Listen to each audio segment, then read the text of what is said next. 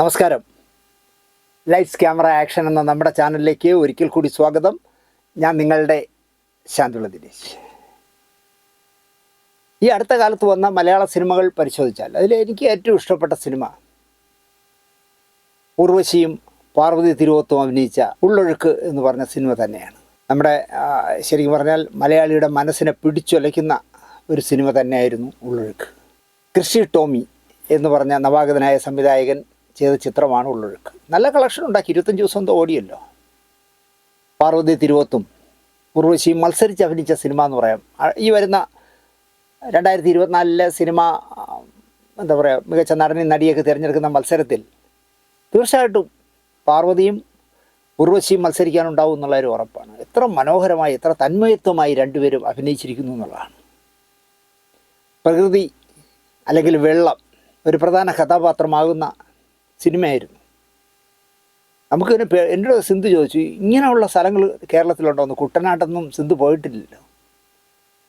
4 ചുറ്റും വെള്ളത്താൽ ചുറ്റപ്പെട്ടു പോയ ഒരു ഗ്രാമത്തിൽ, അല്ലെങ്കിൽ മഴ കൊണ്ട് വെള്ളം കയറി കിടക്കുന്ന ഒരു ഗ്രാമത്തിൽ, കുടിവെള്ളം പോലും കിട്ടാത്തൊരു ഗ്രാമത്തിൽ നടക്കുന്ന ഒരു ശവദാഹത്തിൻ്റെ സബ്ജക്റ്റാണല്ലോ ഉള്ളൊഴുക്ക്. ആ മൂഡ് നിലനിർത്താൻ അവസാനം വരെ, അതിൻ്റെ വീടായാലും ശരി, അതിൻ്റെ പരിസരങ്ങളായാലും ശരി, ആ മൂഡ് അവസാനം വരെ നിലനിർത്താൻ സംവിധായകനായി എന്നുള്ളതാണ് ആ പടത്തിലെ ഏറ്റവും വലിയ വിജയം. വെള്ളം കണ്ടാൽ ഒരിക്കലും അമ്പരക്കാൻ പാടില്ലാത്ത ഒരു വിഭാഗമാണല്ലോ മലയാളികൾ. കാരണം നമുക്ക് ഇഷ്ടംപോലെ പുഴകളും ആറുകളും നദികളും തോടുകളും ഒക്കെ ഉള്ളവരാണല്ലോ. പക്ഷേ നമ്മളെപ്പോലും ഈ മഴയൊന്ന് മാറിയിരുന്നെങ്കിൽ എന്ന് നമ്മൾ അറിയാതെ പ്രാർത്ഥിച്ചു പോകുന്ന ഒരു സിനിമയാണ് ഉള്ളൊഴുക്കിനെ. ദേശീയ ചലച്ചിത്രമേളയിലും സംസ്ഥാന ചലച്ചിത്രമേളയിലും ഒക്കെ തഴഞ്ഞതായ ഒരു വാർത്ത വരുന്നുണ്ട്. അതിനെതിരെ സാക്ഷാൽ അടൂർ ഗോപാലകൃഷ്ണ സാർ തന്നെ പ്രതികരിച്ചു എന്നുള്ളത് അഭിനന്ദനീയമായ ഒരു കാര്യമാണ്. ഉള്ളൊഴുക്ക് കണ്ട അടൂർ സാറ് ആ സിനിമയുടെ സംവിധായകനെ വിളിച്ച് അഭിനന്ദിച്ചപ്പോൾ കൃഷി ടോമിയാണ് അദ്ദേഹത്തോട് പറഞ്ഞത്, ഈ സിനിമയെ ദേശീയ ഫിലിം ഫെസ്റ്റിവലിൽ നിന്നും, ഗോവയിൽ നടക്കുന്ന ഫിലിം ഫെസ്റ്റിവലിൽ നിന്നും മാറ്റി നിർത്തി കേരളത്തിലെ ഫിലിം ഫെസ്റ്റിവലിൽ ഡിസംബറിൽ വരാൻ പോകുന്ന ഫിലിം ഫെസ്റ്റിവലിൽ നിന്നും മാറ്റി നിർത്തി എന്നുള്ള വളരെ സങ്കടകരമായ ഒരു കാര്യം അടൂർ ഗോപാലകൃഷ്ണ സാറിനോട് പറഞ്ഞു. ഫിലിം ഫെസ്റ്റിവലുകൾ ഇപ്പോൾ ചിലരുടെ എന്താ പറയുക കുത്തകയായി മാറുന്നു എന്നുള്ളത് സത്യമാണ്. ചിലരുടെ ഏത് പൊട്ടപ്പടവും ഫിലിം ഫെസ്റ്റിവലിൽ കയറും, പേര് കേട്ടാൽ മതി, അവൻ്റെ ഉണ്ടാവും. എന്നാൽ നല്ല ഒരുപാട് സിനിമകളെ തഴയപ്പെടുകയും ചെയ്യുന്നു. അതുകൊണ്ടാണല്ലോ ഇവിടെയൊക്കെ സമാന്തര സ്ക്രീനിങ് ഒക്കെ നടക്കുന്നത്. അല്ല എങ്കിൽ കൈബലമുള്ളവൻ കാര്യക്കാരനെന്ന് പറഞ്ഞതുപോലെ ചിലർ കുത്തകയാക്കി വച്ചിരിക്കുന്നതാണ് ഈ സിനിമ സംബന്ധമായ അവാർഡുകളായാലും ശരി, സിനിമ ഫിലിം ഫെസ്റ്റിവലുകളായാലും ശരി. ദേശീയ ഫിലിം ഫെസ്റ്റിവലുകളിൽ ഏത് തരം സിനിമകളെ പ്രൊമോട്ട് ചെയ്യണമെന്ന് കൃത്യമായി കേന്ദ്ര സർക്കാർ ഉപദേശിക്കുന്നുണ്ട്. ഇപ്പോൾ അത് ഞാൻ മുമ്പൊരു സ്റ്റോറി പറഞ്ഞു. ഏത് തരത്തിനെ പ്രൊമോട്ട് ചെയ്യണം, ഏത് തരത്തിനെ പ്രൊമോട്ട് ചെയ്തുകൂടാ എന്ന് കൃത്യമായിട്ട് അവർ പറയുന്നുണ്ട്. കഴിഞ്ഞ കുറേ വർഷത്തെ ദേശീയ അവാർഡുകൾ നേടിയ ചിത്രങ്ങളും ചലച്ചിത്രകാരന്മാരെയും നിങ്ങൾ പരിശോധിച്ചാൽ നിങ്ങൾക്ക് ഞാൻ ഈ പറയുന്നത് സത്യമാണെന്ന്. ഇത് രാഷ്ട്രീയമല്ല ഞാൻ പറയുന്നത്. ഗോവൻ ചലച്ചിത്രമേളയിൽ എന്ത് നടക്കട്ടെ, പക്ഷേ നമ്മുടെ IFFKയിൽ ഇത്തരം മോശത്തരങ്ങൾ പാടില്ല എന്ന് സജി ചെറിയാന് തന്നെ അടൂർ ഗോപാലകൃഷ്ണൻ കത്ത് കൊടുത്തു. മത്സര വിഭാഗത്തിൽ പുറന്തള്ളിയാലും മലയാള സിനിമ വിഭാഗത്തിൽ തിരഞ്ഞെടുക്കുന്ന 12 സിനിമകളിൽ ഒന്നാവാനുള്ള എല്ലാ യോഗ്യതയും ഉള്ളൊഴുക്കിനുണ്ട്. ചിലപ്പോൾ ഈ തിരഞ്ഞെടുത്തിരിക്കുന്ന 12 എണ്ണവും തല്ലുപൊളി ആയിരിക്കും എന്നുള്ളതാണ് വേറൊരു സത്യം. ഏതൊക്കെയാണ് തിരഞ്ഞെടുത്തതെന്ന് എനിക്കറിയില്ല. അത്ര യോഗ്യതയില്ലാത്തൊരു പടമാണോ ഉള്ളൊഴുക്ക്, പക്ഷേ തഴിഞ്ഞു കളഞ്ഞു. അപ്പോൾ അടൂർ പറയുന്നത് വരുന്ന IFFKയിൽ ഉള്ളൊഴുക്കത്തെ ഒരു പ്രത്യേകം ക്ഷണിച്ചു വരുത്തി സ്ക്രീൻ ചെയ്യണമെന്നും മത്സര വിഭാഗത്തിൽ പരിഗണിക്കണമെന്നുമാണ് സജി ചെറിയാൻ കൊടുത്തിരിക്കുന്ന കത്തിൽ അടൂർ പറഞ്ഞിരിക്കുന്നത്. 100% ഞാൻ അടൂരിനോട് യോജിക്കുന്നു. ഉള്ളൊഴുക്കിനെ പോലെ നല്ല സിനിമകൾ എടുക്കണമെന്നുള്ള ആൾക്കാരെ മുളയിലെ നുള്ളിക്കളയുന്ന ഈ രീതി മാറ്റുക. ഈ ഫിലിം ഫെസ്റ്റിവലിലേക്ക് 12 എന്താ പറയുക മലയാള സിനിമയും മത്സര വിഭാഗത്തിലൊക്കെ തിരഞ്ഞെടുത്ത ജൂറിയിൽ എടുത്ത ആരൊക്കെയെന്ന് എനിക്കറിയില്ല, ഞാൻ അന്വേഷിച്ചില്ല, അത് വേണ്ടാന്ന് വെച്ചു. ആ പരമയോഗ്യന്മാരുടെ ചന്തിക്ക് ചൂലിട്ട് നല്ല ആടി കൊടുക്കണമെന്ന് ഞാൻ പറയുന്നു. അത്രയും മനോഹരമായ സിനിമയായിരുന്നു ഉള്ളൊഴുക്ക്. എന്തായാലും കൃഷിക്ക് വേണ്ടി അടൂർ ഗോപാലകൃഷ്ണ സാറിനെ ഇറങ്ങിയത് എനിക്ക് വളരെ സന്തോഷം നൽകുന്ന കാര്യമാണ്.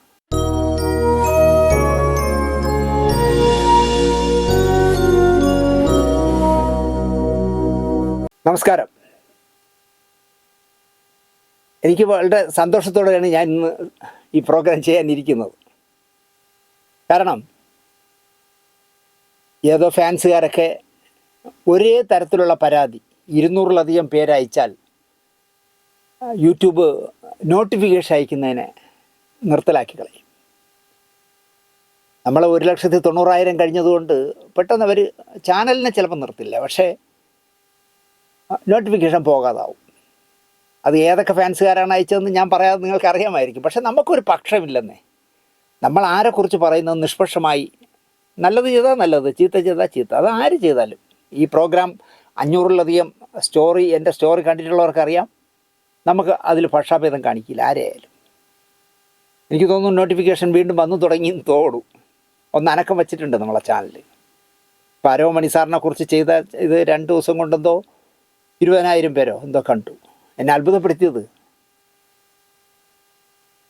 ആസിഫ് അലിയെ ഇൻസൾട്ട് ചെയ്തൊരു സംഭവം വന്നല്ലോ നമ്മുടെ രമേശ് നാരായണൻ. അത് ഇന്ന് രാവിലെ ഏറിപ്പോയി. ഞാനിപ്പോൾ ഇങ്ങോട്ട് വരുമ്പോൾ അത് 16,000 പേര് കണ്ടു കഴിഞ്ഞു. നല്ല റെസ്പോൺസ് ഉണ്ട്. ഒരുപാട് പേര് എന്നെ വിളിച്ചു, താങ്കൾ എന്തൊക്കെ പറഞ്ഞാലും ശരി, അതിൽ ഒരു പക്ഷം പിടിച്ചില്ലല്ലോ. നമ്മളതിൽ രമേശ് നാരായണൻ്റെ കുഴപ്പവും ആസിഫ് അലിയുടെ കുഴപ്പവും ജയരാജിൻ്റെ കുഴപ്പവും എല്ലാം പറഞ്ഞല്ലോ. അപ്പോൾ അതുകൊണ്ട് നമ്മൾ ഒരാളിൻ്റെയും പക്ഷം പിടിക്കില്ല. നമ്മൾ ഈ പറഞ്ഞവരൊക്കെ തന്നെ നല്ലത് ചെയ്താൽ നമ്മൾ നല്ലതെന്ന് തന്നെ പറയും, ചീത്ത ചെയ്താൽ ഏത് കൊമ്പനായാലും ചീത്ത ചെയ്താൽ ചീത്ത എന്ന് തന്നെ പറയും. അപ്പോൾ അതുകൊണ്ടാണ് നമ്മളെ പലർക്കും വിമർശിക്കാൻ പറ്റാത്തത്. കാരണം ഒരു പക്ഷത്ത് നിന്നല്ല നമ്മൾ സംസാരിക്കുന്നത്. അങ്ങനെ ആളുകൾ കണ്ട് നമ്മളെ ഒരുപാട് പേര്, ഇന്ന് തന്നെ ഒരു 100 പേരെങ്കിലും ഏറ്റവും കുറഞ്ഞ് വിളിച്ചിരിക്കും. 100 അല്ല, 2 ഫോണിലും മാറി വിളിക്കായിരുന്നു. കാരണം ഒരു പ്രോഗ്രാം ഹിറ്റാവുന്നു എന്ന് ഞാൻ അറിയുന്നത് ഞാൻ ഉറങ്ങി കിടക്കുമ്പോൾ എനിക്ക് തുടർച്ചയായി വരുന്ന ഫോൺ കോളുകളിൽ നിന്നാണ്. കാരണം അത് കണ്ടിട്ട് ഇങ്ങനെ വിളിക്കുന്നത്. അപ്പോൾ അറിയാം ഈ പ്രോഗ്രാം ഏറ്റുമെന്ന്.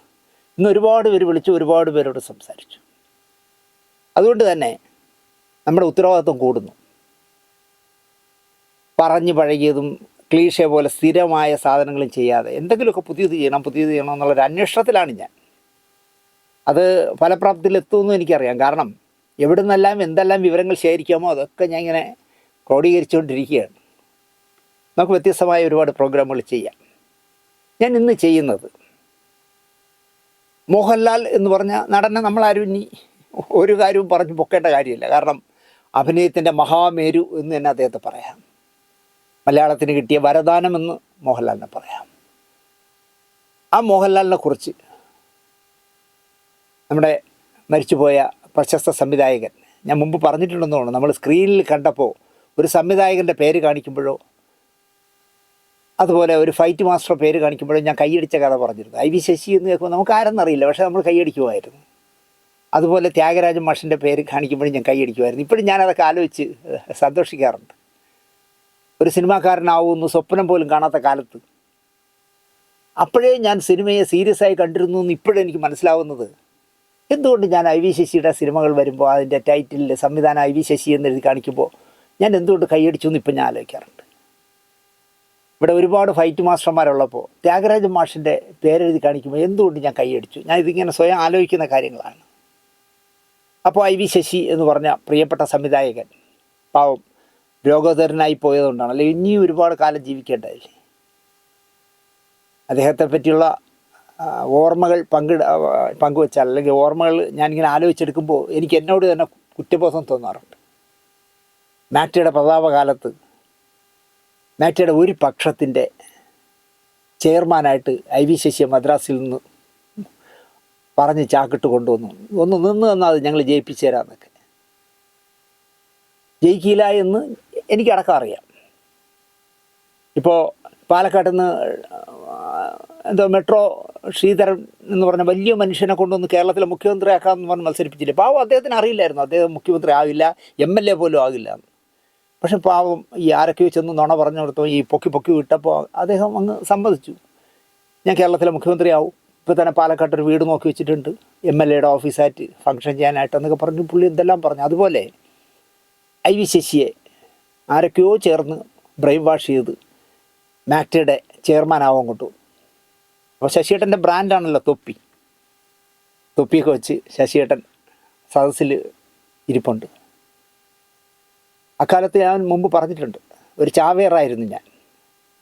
അങ്ങനെ എന്നെ പ്രസംഗിക്കാൻ എണീപ്പിച്ചു വിട്ടു. ഞാൻ പ്രസംഗിക്കുന്നതിനിടെ ഞാൻ പറഞ്ഞു, ഈ മാക്ട എന്ന് പറഞ്ഞ ഒരു സംഘടന ഉണ്ടാക്കാൻ വെള്ളം കോരിയവരും വളമിട്ടവരും ഒരുപാട് പേരുണ്ട്, പൂർവ്വസൂരികൾ. അവരെയൊക്കെ വെട്ടി നിരത്തിക്കൊണ്ട് പുതിയ ചില ആളുകളെ ഇറക്കുമതി ചെയ്യുന്നുണ്ട്. അതിലൊന്ന് ഇപ്പം മദ്രാസിൽ നിന്ന് തൊപ്പിയൊക്കെ വെച്ച് ഇവിടെ വന്ന് ഇരിപ്പുണ്ട് എൻ്റെ മുമ്പിൽ എന്ന് ഞാൻ ശശിയേട്ടനെ പറഞ്ഞു. ഒരിക്കലും പറയാൻ പാടില്ലാത്തതാണ്. അന്നത്തെ എൻ്റെ വിവരക്കേട് കൊണ്ട് പറഞ്ഞതാണ്. പക്ഷേ അപ്പോഴും ശശിയേട്ടൻ ചിരിച്ചതേ ഉള്ളൂ. എന്ന് മാത്രമല്ല, ആ മത്സരം നടക്കുമ്പോൾ വോട്ടെടുപ്പ് തുടങ്ങുന്നതിന് തൊട്ട് മുമ്പായിട്ട് ഇങ്ങനെ സംസാരിച്ച് എന്നെ വിളിച്ചിട്ട് ശശിയേട്ടൻ മാറ്റി നിർത്തിയിട്ട് പറഞ്ഞു, ദിനേശേ നമ്മൾ തമ്മിൽ അഭിപ്രായ വ്യത്യാസമൊക്കെ ഉണ്ടാവും. ഞാൻ എതിർ ഗ്രൂപ്പിലാണല്ലോ പ്രവർത്തിക്കുന്നത്. അപ്പോൾ നമ്മുടെ ഒരു പ്രശ്നം എന്താണെന്ന് ചോദിച്ചാൽ, ചുവരുണ്ടെങ്കിലേ ചിത്രം വരയ്ക്കാൻ കഴിയുള്ളൂ എന്ന് വിശ്വസിക്കുന്ന ഒരാളാണ് ഞാൻ അന്നും ഇന്നും. അതിൽ മാറ്റമില്ല. അപ്പം നമ്മൾ കാശ് മുടക്കുന്ന നിർമ്മാതാക്കളുടെ പക്ഷത്ത് നിൽക്കണം മാറ്റ എന്നുള്ള പക്ഷക്കാരനാണ് ഞാൻ. അല്ല, നടീനടന്മാരുടെ പക്ഷത്ത് നിൽക്കണമെന്നുള്ള പ്രബലമായ ഒരു ഗ്രൂപ്പുണ്ട്. ആ ഗ്രൂപ്പിൻ്റെ മത്സര സ്ഥാനാർത്ഥിയായിട്ടാണ് ശശിയേട്ടൻ വന്നിരിക്കുന്നത്. അപ്പോൾ എന്നെ പറഞ്ഞു, നമ്മൾ തമ്മിൽ അഭിപ്രായ വ്യത്യാസം ഉണ്ടെങ്കിൽ ദിനേശ് എനിക്കൊരു വോട്ട് ചെയ്യണം. ഞാൻ പറഞ്ഞതിന് നിങ്ങൾ വിശ്വസിക്കുന്നുണ്ട്. ശശിയേട്ടൻ ആ ഇലക്ഷനിൽ തോറ്റുപോയി. പക്ഷേ ഞാൻ ശശിയേട്ടൻ വോട്ട് ചെയ്തു.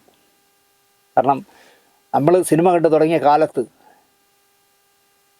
എന്ന് പറഞ്ഞ അക്ഷരത്തിൽ തുടങ്ങുന്ന എത്ര സിനിമകളല്ലേ, ആശീർവാദം മുതൽ അനുഭവം മുതൽ എത്ര സിനിമകൾ, അവളുടെ രാവുകൾ മുതൽ അനുഭവങ്ങളിൽ നന്ദി മുതൽ എത്ര സിനിമകൾ. ആ മനുഷ്യന് വേണ്ടി ഒരു വോട്ട് ചെയ്യണമെന്ന് എനിക്ക് തോന്നി. ഞാൻ ചെയ്തു. എതിർപക്ഷത്താണ് ഞാൻ പ്രവർത്തിക്കുന്നത്, വോട്ട് ചോദിക്കുന്നത് എതിർപക്ഷത്തിലാണ്. പക്ഷേ എൻ്റെ വോട്ട് എൻ്റെ മനസാക്ഷിക്ക് തോന്നി ശശിയേട്ടന് ചെയ്യണമെന്ന്. പക്ഷേ ശശിയേട്ടൻ തോറ്റുപോയി. അതൊക്കെ ഓർമ്മിപ്പിച്ചുകൊണ്ടാണ് IV ശശി എന്ന് പറഞ്ഞ സംവിധായകൻ മോഹൻലാലിനെ കുറിച്ച് പറയുന്ന ഒരു എപ്പിസോഡാണ് ഇന്ന് ഞാൻ ചെയ്യുന്നത്. സിനിമ നിങ്ങൾക്കറിയാമായിരിക്കുമല്ലോ, ഒരു കെമിസ്ട്രിയാണ്. നല്ല ചേരേണ്ട പോലെ, നമ്മൾ ഈ പാചകക്കാരൻ അവിയൽ വയ്ക്കുന്നത് പോലെ കൃത്യമായിട്ട് പാകത്തിൽ വേവിച്ച് പലതരം രസക്കൂട്ടുകളും പച്ചക്കറികളും ഉപയോഗിച്ചാണല്ലോ അവിയൽ ഉണ്ടാക്കുന്നത്. അതിലേതെങ്കിലും ഒന്ന് തെറ്റിപ്പോയി എന്ന് പറയുന്ന പോലെ ഒരു കെമിസ്ട്രിയാണ് സിനിമ. മുമ്പാണെങ്കിൽ ഫിലിം ലാബിൽ ഡെവലപ്പ് ചെയ്യുന്ന കാര്യമൊക്കെ ഉണ്ടായിരുന്നപ്പോൾ രസതന്ത്രം അല്ലെങ്കിൽ കെമിസ്ട്രി എന്ന് പറഞ്ഞാൽ ശരിയാണല്ലോ എന്ന് പറയും. ഇപ്പോൾ അതില്ലല്ലോ, ഡിജിറ്റലാണ്. ആ രസതന്ത്രം പിഴച്ചാൽ എത്ര നല്ല സിനിമയായാലും മികച്ച തിരക്കഥയായാലും മികവുറ്റ സംവിധായകനായാലും മികച്ച നടീനടന്മാരുണ്ടായിട്ടും ഒരു കാര്യമില്ലാതെ പോകും. ഉദാഹരണത്തിന് ആദ്യമധ്യാന്തം ഒരു നല്ല കെട്ടുറപ്പുള്ള ഒരു സ്ക്രിപ്റ്റ് ഇല്ലെങ്കിൽ എന്താവും? ആ സ്ക്രിപ്റ്റ് നന്നായിട്ട് എടുക്കാൻ കഴിയാത്തൊരു സംവിധായകനായാലും എന്താവും? അല്ലെങ്കിൽ അതിലെ കഥാപാത്രങ്ങളെ മിസ്കാസ്റ്റിംഗ് നടത്തിയാൽ ഏതെങ്കിലും ഒരു കേസ് മതി അതിൻ്റെ കെമിസ്ട്രി പൊളിയാൻ. സംവിധായകനും തിരക്കഥാകൃത്തുമായി ഈ പറഞ്ഞ രസതന്ത്രം ഉണ്ടായില്ലെങ്കിൽ സിനിമയുടെ താളം തെറ്റും, ഉറപ്പാണ്. അങ്ങനെ താളം തെറ്റിപ്പോയ ഒരു പടം ചെയ്ത ഹതഭാഗ്യനാണ് ഞാൻ. കാരണം ഷൂട്ടിംഗ് തുടങ്ങിയ ആദ്യ ദിവസം തന്നെ ഞാനും തിരക്കഥാകൃത്തിരിക്കുന്നു. അത് പലരും ചേട്ടനുമായിട്ട് പിണങ്ങിയല്ലോ. കാരണം അദ്ദേഹം എന്നോട് പറഞ്ഞു, ഞാൻ ഡയറക്റ്റ് ചെയ്ത് തരാം, നിൻ്റെ പേര് വയ്ക്കാമെന്നാണ് എൻ്റെ. ഞാൻ പറഞ്ഞു, പൊട്ടത്തെറ്റാണ് ഞാൻ ചെയ്യുന്നതെങ്കിലും ഞാനേ ഡയറക്റ്റ് ചെയ്യും, നിങ്ങൾ ചെയ്യേണ്ട. അല്ല, ഞാൻ അവിടെ നവോദയയുടെ പല സംവിധായകരുടെ പടങ്ങളും ഞാനാണ് ഡയറക്റ്റ് ചെയ്തത്. ഞാൻ അതൊക്കെ ചെയ്തു കൊടുത്തോളൂ, എൻ്റെ സിനിമ ചെയ്യേണ്ട എന്ന് പറഞ്ഞു. അങ്ങനെ അതിൻ്റെ ക്ലൈമാക്സ് ഒന്നും എഴുതിത്തരാം അതിൽ രവിച്ചേട്ടൻ പോയത്. അതിൻ്റെ സ്ക്രിപ്റ്റ് നന്നാവാത്തതിൻ്റെ എല്ലാ കുഴപ്പവും എൻ്റെ സിനിമയ്ക്കുണ്ടായി. എന്നാലും ഞാൻ ആ സിനിമ ഒരു വാശിയോടെ തീർത്തെടുത്തതാണ്. അപ്പോൾ ഞാൻ പറയുന്നത്, സംവിധായകനും തിരക്കഥാകൃത്തുമായി ഈ പറഞ്ഞ കെമിസ്ട്രി ഉണ്ടായില്ല എങ്കിൽ സിനിമയുടെ താളം തെറ്റും.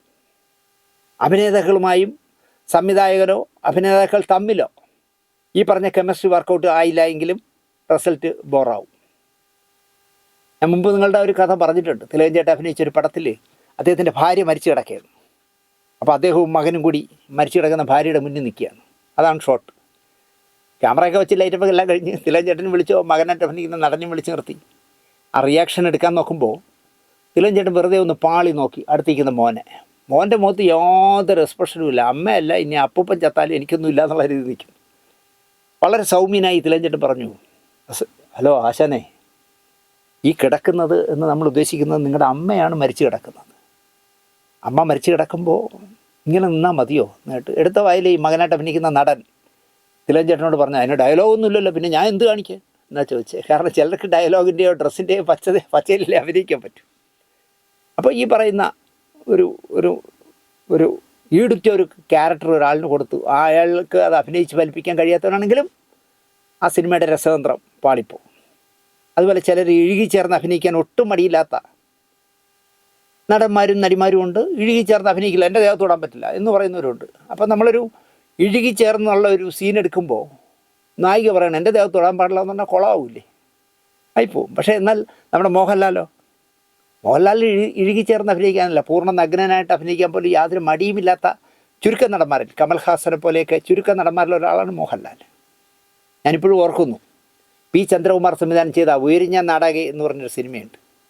അതിൽ ദാരപ്പൻ എന്ന് പറഞ്ഞ ഒരു ആദിവാസി യുവാവായിട്ടാണ് മോഹൻലാൽ അഭിനയിച്ചിരിക്കുന്നത്. തുടക്കകാലത്താണ് മോഹൻലാലിൻ്റെ വേഷം എന്ന് പറഞ്ഞാൽ കോണകമെന്ന് പറയാൻ പറ്റില്ല, ഒരു മുൻവശം മാത്രം മറച്ചിങ്ങനെ വീതിയിൽ മറച്ച ഒരു കോണകം പോലത്തെ ഒരു സാധന മോഹൻലാൽ ഉടുത്തിരിക്കുന്നത്. ഒരു മടിയുമില്ലാതെ ദാരപ്പനായിട്ട് ഉയരിഞ്ഞ നാടകയിൽ മോഹൻലാൽ അഭിനയിച്ചു തുടക്കകാലത്ത്. അതുപോലെ ആ സിനിമയെ പറ്റി ആലോചിക്കുമ്പോൾ അതിലെ നായിക മാധുരി എന്ന് പറഞ്ഞൊരു നടിയായിരുന്നു. ഇപ്പോൾ എവിടെ പോയോ എന്താ അവർ. അപ്പോൾ ആ മാധുരിയുടെ മുമ്പിലൊക്കെ അർത്ഥനഗ്ന വേഷത്തിൽ വന്നാൽ എൻ്റെ ഇമേജിനെ ബാധിക്കുമോ എന്ന് മോഹൻലാൽ ശടിച്ചിരുന്നുവെങ്കിൽ ആ വേഷം പൊളിഞ്ഞു പോകും, ദാരപ്പം പൊളിഞ്ഞു പോകും. പക്ഷേ ഉയർന്ന നാടകം നിങ്ങൾ യൂട്യൂബിലുണ്ട്, കണ്ടു നോക്കൂ. എന്ത് രസമായിട്ടാണ് അർത്ഥനഗ്നനായ, പൂർണ്ണ നഗ്നൻ എന്ന് പറയാൻ പറ്റില്ലെന്നേ ഉള്ളൂ, ഒരു 90% നഗ്നനായ മോഹൻലാൽ എന്ത് രസമായിട്ട് ദാരപ്പനായിട്ട് അഭിനയിച്ചിരിക്കുന്നത്. അതുപോലെ തന്നെ നമ്മുടെ തന്മാത്ര, ബ്ലസ്സിയുടെ തന്മാത്രയിൽ രമേശൻ നായർ കിടപ്പറയിൽ ഭാര്യ ലേഖയുമായിട്ട് ലൈംഗിക ബന്ധത്തിൽ ഏർപ്പെടുമ്പോഴാണല്ലോ ചുവരിലെ ഒരു പല്ലിയെ കാണുകയും താൻ എന്ത് ചെയ്യുകയാണെന്ന് പോലും മറന്നു പോവുകയും അയാൾക്ക് മറവി രോഗത്തിൻ്റെ ആരംഭം തുടങ്ങിയെന്ന് പ്രേക്ഷകരും ലേഖയും മനസ്സിലാക്കുന്നത്. വിശദമായ ചിത്രീകരണത്തിന് ശേഷം സിനിമ തിയേറ്ററിലെത്തിയപ്പോൾ ആ കിടപ്പറ രംഗം കട്ട് ചെയ്ത് കളഞ്ഞു. മോഹൻലാൽ ന്യൂഡായിട്ട് അഭിനയിക്കുന്ന ആ സീൻ കട്ട് ചെയ്ത് കളഞ്ഞു.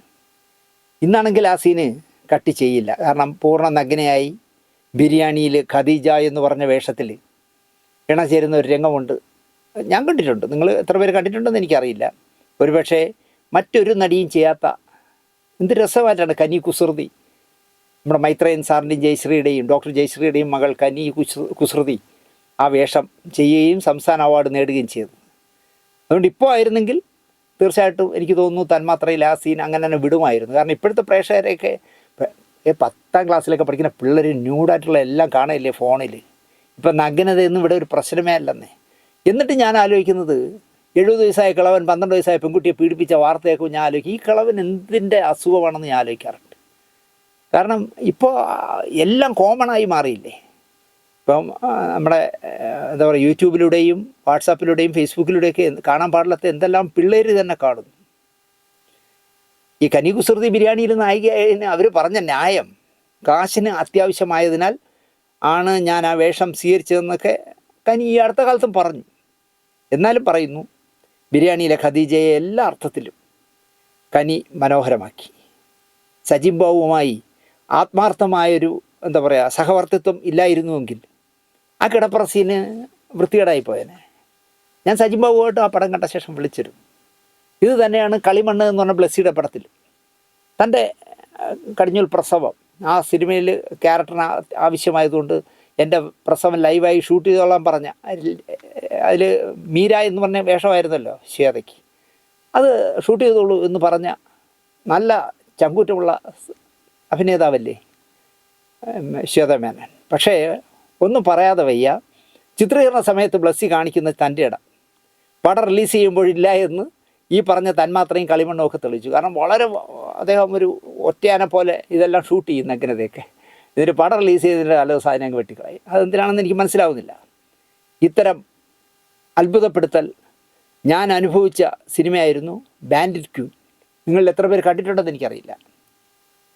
ഒരു കാലത്ത് ഭരണസിരാ കേന്ദ്രങ്ങളെപ്പോലും വിറപ്പിച്ച ഭൂലാൻ ദേവി എന്ന് പറഞ്ഞ ചമ്പൽ കൊള്ളക്കാരിയുടെ കഥ ആത്മകഥ സിനിമയാക്കിയതാണ് ബാൻഡിറ്റ് ക്യൂൻ. ശേഖർ കപൂർ 1994 സംവിധാനം ചെയ്ത പടമായിരുന്നു. ഭൂലാൻ ദേവിയുടെ ഈ ബയോപിക് സിനിമയിൽ സിനിമ ഗുഡ് നൈറ്റാണ് കേരളത്തിൽ വിതരണം ചെയ്തത്. ഈ സിനിമ ഗുഡ് നൈറ്റ് കേരളത്തിൽ തിയേറ്ററിൽ എത്തിക്കുന്നതിന് മുമ്പ് പത്രക്കാർക്ക് വേണ്ടി ഒരു പ്രിവ്യൂ ഷോ വെച്ചു. ധന്യരിമ തിയേറ്ററിലായിരുന്നു തിരുവനന്തപുരത്ത്. അന്ന് ഞാൻ സിനിമ പത്രപ്രവർത്തകനാണ്. അപ്പോൾ എനിക്കും ക്ഷണമുണ്ടായിരുന്നു. സീമ ബിശ്വാസ് എന്ന് പറഞ്ഞ നടിയായിരുന്നു ഭൂലാൻ ദേവി ആയത്. അവർ പിറന്ന പടി നിന്ന് ഒരു കിണറിൽ നിന്ന് വെള്ളം കോരി തലവഴി ഒഴിക്കുന്ന സീനും ഒരു കുടവുമായിട്ട് അവരുടെ കുടിലിലേക്ക് പോകുന്ന സീനുമൊക്കെ കരപ്രമാണിമാർ കണ്ടു നിൽക്കുന്ന ഒരു സീനുണ്ട്. അതിൽ പൂർണ്ണനഗ്നായിട്ട് ഒരു നൂൽ ബന്ധം പോലും ഇല്ലാതെ സീമ ബിശ്വാസ് ശരിക്കും പറഞ്ഞാൽ നമ്മളെ ഞെട്ടിച്ചു കളഞ്ഞു ആ രംഗത്തിൽ. ഭൂലാൻ ഒരു കൊള്ളക്കാരി ആയില്ലെങ്കിലേ അത്ഭുതമുള്ളൂ എന്ന് ആ സിനിമ കണ്ടുകൊണ്ടിരുന്നപ്പോൾ എനിക്ക് തോന്നി. കാരണം അത്രയും പീഡനങ്ങളുടെ നടുവിലൂടെയാണ് ഭൂലാൻ ജീവിച്ചത്. സീമ വിശ്വാസ് പിന്നീട് 6 വർഷത്തിന് ശേഷം മലയാളത്തിൽ ജയരാജിൻ്റെ ശാന്തം എന്ന് പറഞ്ഞ സിനിമയിലെ വേലായുധൻ്റെ അമ്മ കാർത്തിയായനിയായിട്ട് അഭിനയിച്ചു. IM വിജയനായിരുന്നു വേലായുധൻ. നമ്മുടെ മരിച്ചുപോയ തൃക്കൊടിത്താനം സച്ചിദാനന്ദൻ പറന്ന് പറന്ന് പറന്ന് ചെല്ലാൻ പറ്റാത്ത കാട്ടുകളിൽ എന്ന് പറഞ്ഞ പാട്ടിന് മനോഹരമായ അവതരണ ശൈലിയിലൂടെ കേരളം മുഴുവൻ അറിയപ്പെട്ട തൃക്കൊടിത്താനം സച്ചിദാനന്ദൻ അതിലൊരു ഹൈന്ദവ നേതാവായിട്ട് അഭിനയിച്ചിട്ടുണ്ട്. ശാന്തം കണ്ടിരിക്കുമ്പോൾ സെറ്റ് മുണ്ട് ധരിച്ച് കാർത്തിയായനിയായി സീമ വിശ്വാസ് സ്ക്രീനിൽ തെളിയുമ്പോൾ ഭൂലാൻ ദേവിയായി കിണറ്റിൻകരയിൽ കുളിക്കുകയായിരുന്ന ആ സീനാണ് എൻ്റെ മനസ്സിലൂടെ കടന്നുപോയത്. ഇതുപോലെ ഞെട്ടിച്ച നടിയായിരുന്നു സീമ. അവളുടെ രാവുകളുടെ രാജ്യമായിട്ട് ആരും മറക്കാൻ വഴിയില്ല. രാജ്യയെ നനഞ്ഞൊട്ടിയ ശരീരത്തിൽ ഒരു പോളിസ്റ്റർ വെള്ള ഷർട്ട് മാത്രം ഇട്ട് നിന്ന രാജ്യയെ കണ്ട പ്രേക്ഷക സമൂഹം ഞെട്ടും വിധത്തിലായിരുന്നല്ലോ അന്നത്തെ സീമയുടെ പ്രകടനം. മറ്റൊരാംഗിളിൽ ജയഭാരതിയും പ്രേക്ഷകരെ ഞെട്ടിച്ചിട്ടുണ്ട് രതിച്ചേച്ചിയായിട്ട്. വായിച്ച വാരിക തിരിച്ചു കൊടുക്കാനായിട്ട് വരുന്ന പപ്പു ശബ്ദമൊന്നും കേൾക്കാതെ വരുമ്പോൾ അകത്ത് രതിച്ചേച്ചിയുടെ മുറിയിലേക്ക് വാതിൽ പഴുതിലൂടെ ഒളിഞ്ഞു നോക്കുമ്പോൾ രതിച്ചേച്ചി അവിടെ വസ്ത്രം മാറുകയാണ്.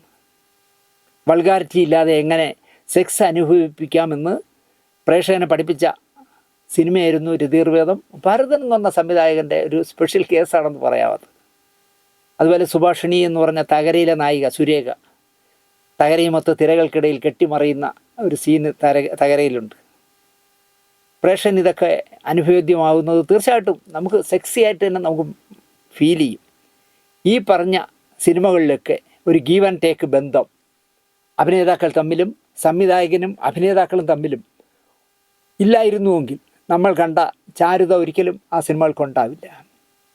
ഇത്തരം ഗീവ് ആൻഡ് ടേക്ക് ബന്ധം ഏറ്റവും അനുഭവവേദ്യമാക്കിയ ഒരു നടനെ പറയാൻ പറഞ്ഞാൽ ഞാൻ ആദ്യം ജഗദീഷ് കുമാറിൻ്റെ പേര് പറയും. മറ്റുള്ളവരെയൊക്കെ ഞാൻ രണ്ടാമത് പറയും. കഥാപാത്രത്തിനായി ജഗതി ക്യാമറയ്ക്ക് മുന്നിലേക്ക് ഇറങ്ങിക്കഴിഞ്ഞാൽ ആ വേഷം മനോഹരമാക്കണം എന്ന ഒറ്റ ചിന്തയെ അദ്ദേഹത്തെ ഭരിക്കാറുള്ളൂ. അതിനായി അദ്ദേഹം എന്തിനും തയ്യാറാവും. സ്വന്തം ശരീരം, ആരോഗ്യം ഒന്നും അദ്ദേഹം ചിന്തിക്കാറില്ല. ഞാനിപ്പോഴും ഓർക്കുന്നു, കാവടിയാട്ടം എന്ന് പറഞ്ഞ സിനിമയിൽ ജഗദീഷ് കുമാർ, ജയറാം, സൈനുദ്ദീൻ, മാമുക്കോയ 4 പേര് ചേർന്നുള്ള ചന്ദ്രനോ എന്ന് പറഞ്ഞൊരു പാട്ടുണ്ട്. അത് യൂട്യൂബിലുണ്ട്, നിങ്ങൾ കണ്ടു നോക്കൂ. ഈ പാട്ടിൻ്റെ അവസാനം വെള്ളമടിച്ചിട്ട് പാടുന്നതാണ്. ഈ പാട്ടിൻ്റെ അവസാനം ഒരു കുളത്തിൽ ചന്ദ്രനെ കാണും ജഗതി ഇങ്ങനെ നോക്കും. കുളത്തിൽ ചന്ദ്രൻ കിടക്കുക, മാനത്ത് കിടന്ന ചന്ദ്രൻ അന്വേഷിച്ച് വിവിധ കിടക്കണം പറഞ്ഞ് അവസാനം ഈ കുളത്തിലേക്ക് എടുത്ത് ചാടണം. കാക്കനാട് നവോദയ സ്റ്റുഡിയോയുടെ പുറകിലുള്ള ഒരു ചതുപ്പ് നിലത്തിനകത്തുള്ള ഒരു കുളമാണ് ഇതിനായി ആർട്ട് ഡയറക്ടർ കണ്ടുവച്ചത്. ഒരിക്കലും ഇങ്ങനെ ഒരു കുളം കണ്ടുവയ്ക്കാൻ പാടില്ലായിരുന്നു. പക്ഷേ ഷൂട്ടിങ്ങിൻ്റെ ഷിഫ്റ്റിങ്ങിന് എളുപ്പത്തിന് വേണ്ടി അങ്ങനെ കണ്ടുവച്ചു. രാത്രിയാണ് ഷൂട്ട് ചെയ്യേണ്ടത്, ചന്ദ്രനല്ലേ. അപ്പോൾ ആർട്ട് ഡയറക്ടർ തെങ്ങിൻ്റെ മേളിലേക്ക് കയറി ആർട്ടിഫിഷ്യൽ ചന്ദ്രനൊക്കെ ഉണ്ടാക്കി ആ ചന്ദ്രനിൽ ആനന്ദക്കുട്ടൻ ലൈറ്റപ്പൊക്കെ ചെയ്ത് അതിൻ്റെ ഷാഡോ വെള്ളത്തിൽ വരത്തക്കോണമൊക്കെ ചെയ്ത് എല്ലാം റെഡിയായി. അന്നത്തെ കാലത്ത് ജഗദീഷ് കുമാർ എന്ന് പറഞ്ഞാൽ ഒരു ദിവസം തന്നെ 3-4 പടത്തിൽ അഭിനയിക്കേണ്ട ഡേറ്റ് കൊടുത്തിട്ട് നടക്കുന്ന ആളാണ്. ആർക്ക് കൈബലം ഉണ്ടോ അല്ലെങ്കിൽ ആര് ബുദ്ധിപൂർവ്വം കൈകാര്യം ചെയ്യുമോ അവരെ കൂടെ അങ്ങ് പൊക്കളയും. ഇപ്പോഴും ഞാൻ ഓർക്കുന്നു, ജഗദീഷ് കുമാർ മദ്രാസിൽ നിന്ന് ഫ്ലൈറ്റ് കയറി എന്നുള്ള വാർത്ത എറണാകുളത്തെത്തി. അവിടെ സുരേഷ് ഉണ്ണിത്താൻ്റെ പടം, അലി അക്ബറിൻ്റെ പടം, കല അടൂരിൻ്റെ പടം, കാവടിയാട്ടം 4 പടത്തിലേക്ക് ഒരേ സമയം ജഗതി ആവശ്യമുണ്ട്. 4 പടത്തിൻ്റെയും പ്രൊഡക്ഷൻ എക്സിക്യൂട്ടീവുമാർ എയർപോർട്ടിൽ നിൽക്കുകയാണ്. ആരെ തട്ടിക്കൊണ്ടുപോകുന്നു പറയാക്കില്ല. 4 കാറും കാത്ത് കിടപ്പുണ്ട്. ഇതൊന്നും വകവയ്ക്കാതെ അമ്പിളിച്ചേട്ടൻ എയർപോർട്ടിൽ വന്നിറങ്ങി. ഡൊമസ്റ്റിക് എയർപോർട്ടിൽ പുറത്തേക്ക് വരുമ്പോൾ അമ്പിളിച്ചേട്ടൻ്റെ പെട്ടി ഗിരീഷ് വയ്ക്കാൻ കയ്യിൽ വാങ്ങിച്ചു. അതാണ് ബുദ്ധി എന്ന് പറയുന്നത്. ഗിരീഷ് വയ്ക്കാൻ കാവടിയാട്ടത്തിൻ്റെ പ്രൊഡക്ഷൻ എക്സിക്യൂട്ടീവ്. അപ്പോൾ ഈ എന്താ പറയുക, മന്ത്രവാദം ചെയ്ത് കൊണ്ടുപോകുമ്പോൾ ഗിരീഷ് പോണ വഴിയേ പോവുകയാണ് ജഗതി. അപ്പോൾ മറ്റേ 3 പേര് പുറകെ നടക്കണം. ചേട്ടാ അയാളുടെ പോകുമ്പോണോ? ഞാൻ എന്ത് ചെയ്യാനിയാ, പെട്ടി അവൻ്റെ ഇല്ല. കാരണം ജഗതി ചേട്ടൻ്റെ ഡ്രസ്സുകളും കാര്യങ്ങളുള്ള പെട്ടി ഗിരീഷിൻ്റെ കയ്യിലായില്ലേ. നേരെ നമ്മളെ സെറ്റിലേക്ക് പോകുന്നു. അപ്പോൾ അവിടെ ഒന്ന് പവൻ വിലയുള്ള അമ്പിളിച്ചേട്ടൻ്റെ ഡേറ്റ് വെച്ചാണ് ഷൂട്ട് ചെയ്യുന്നത്.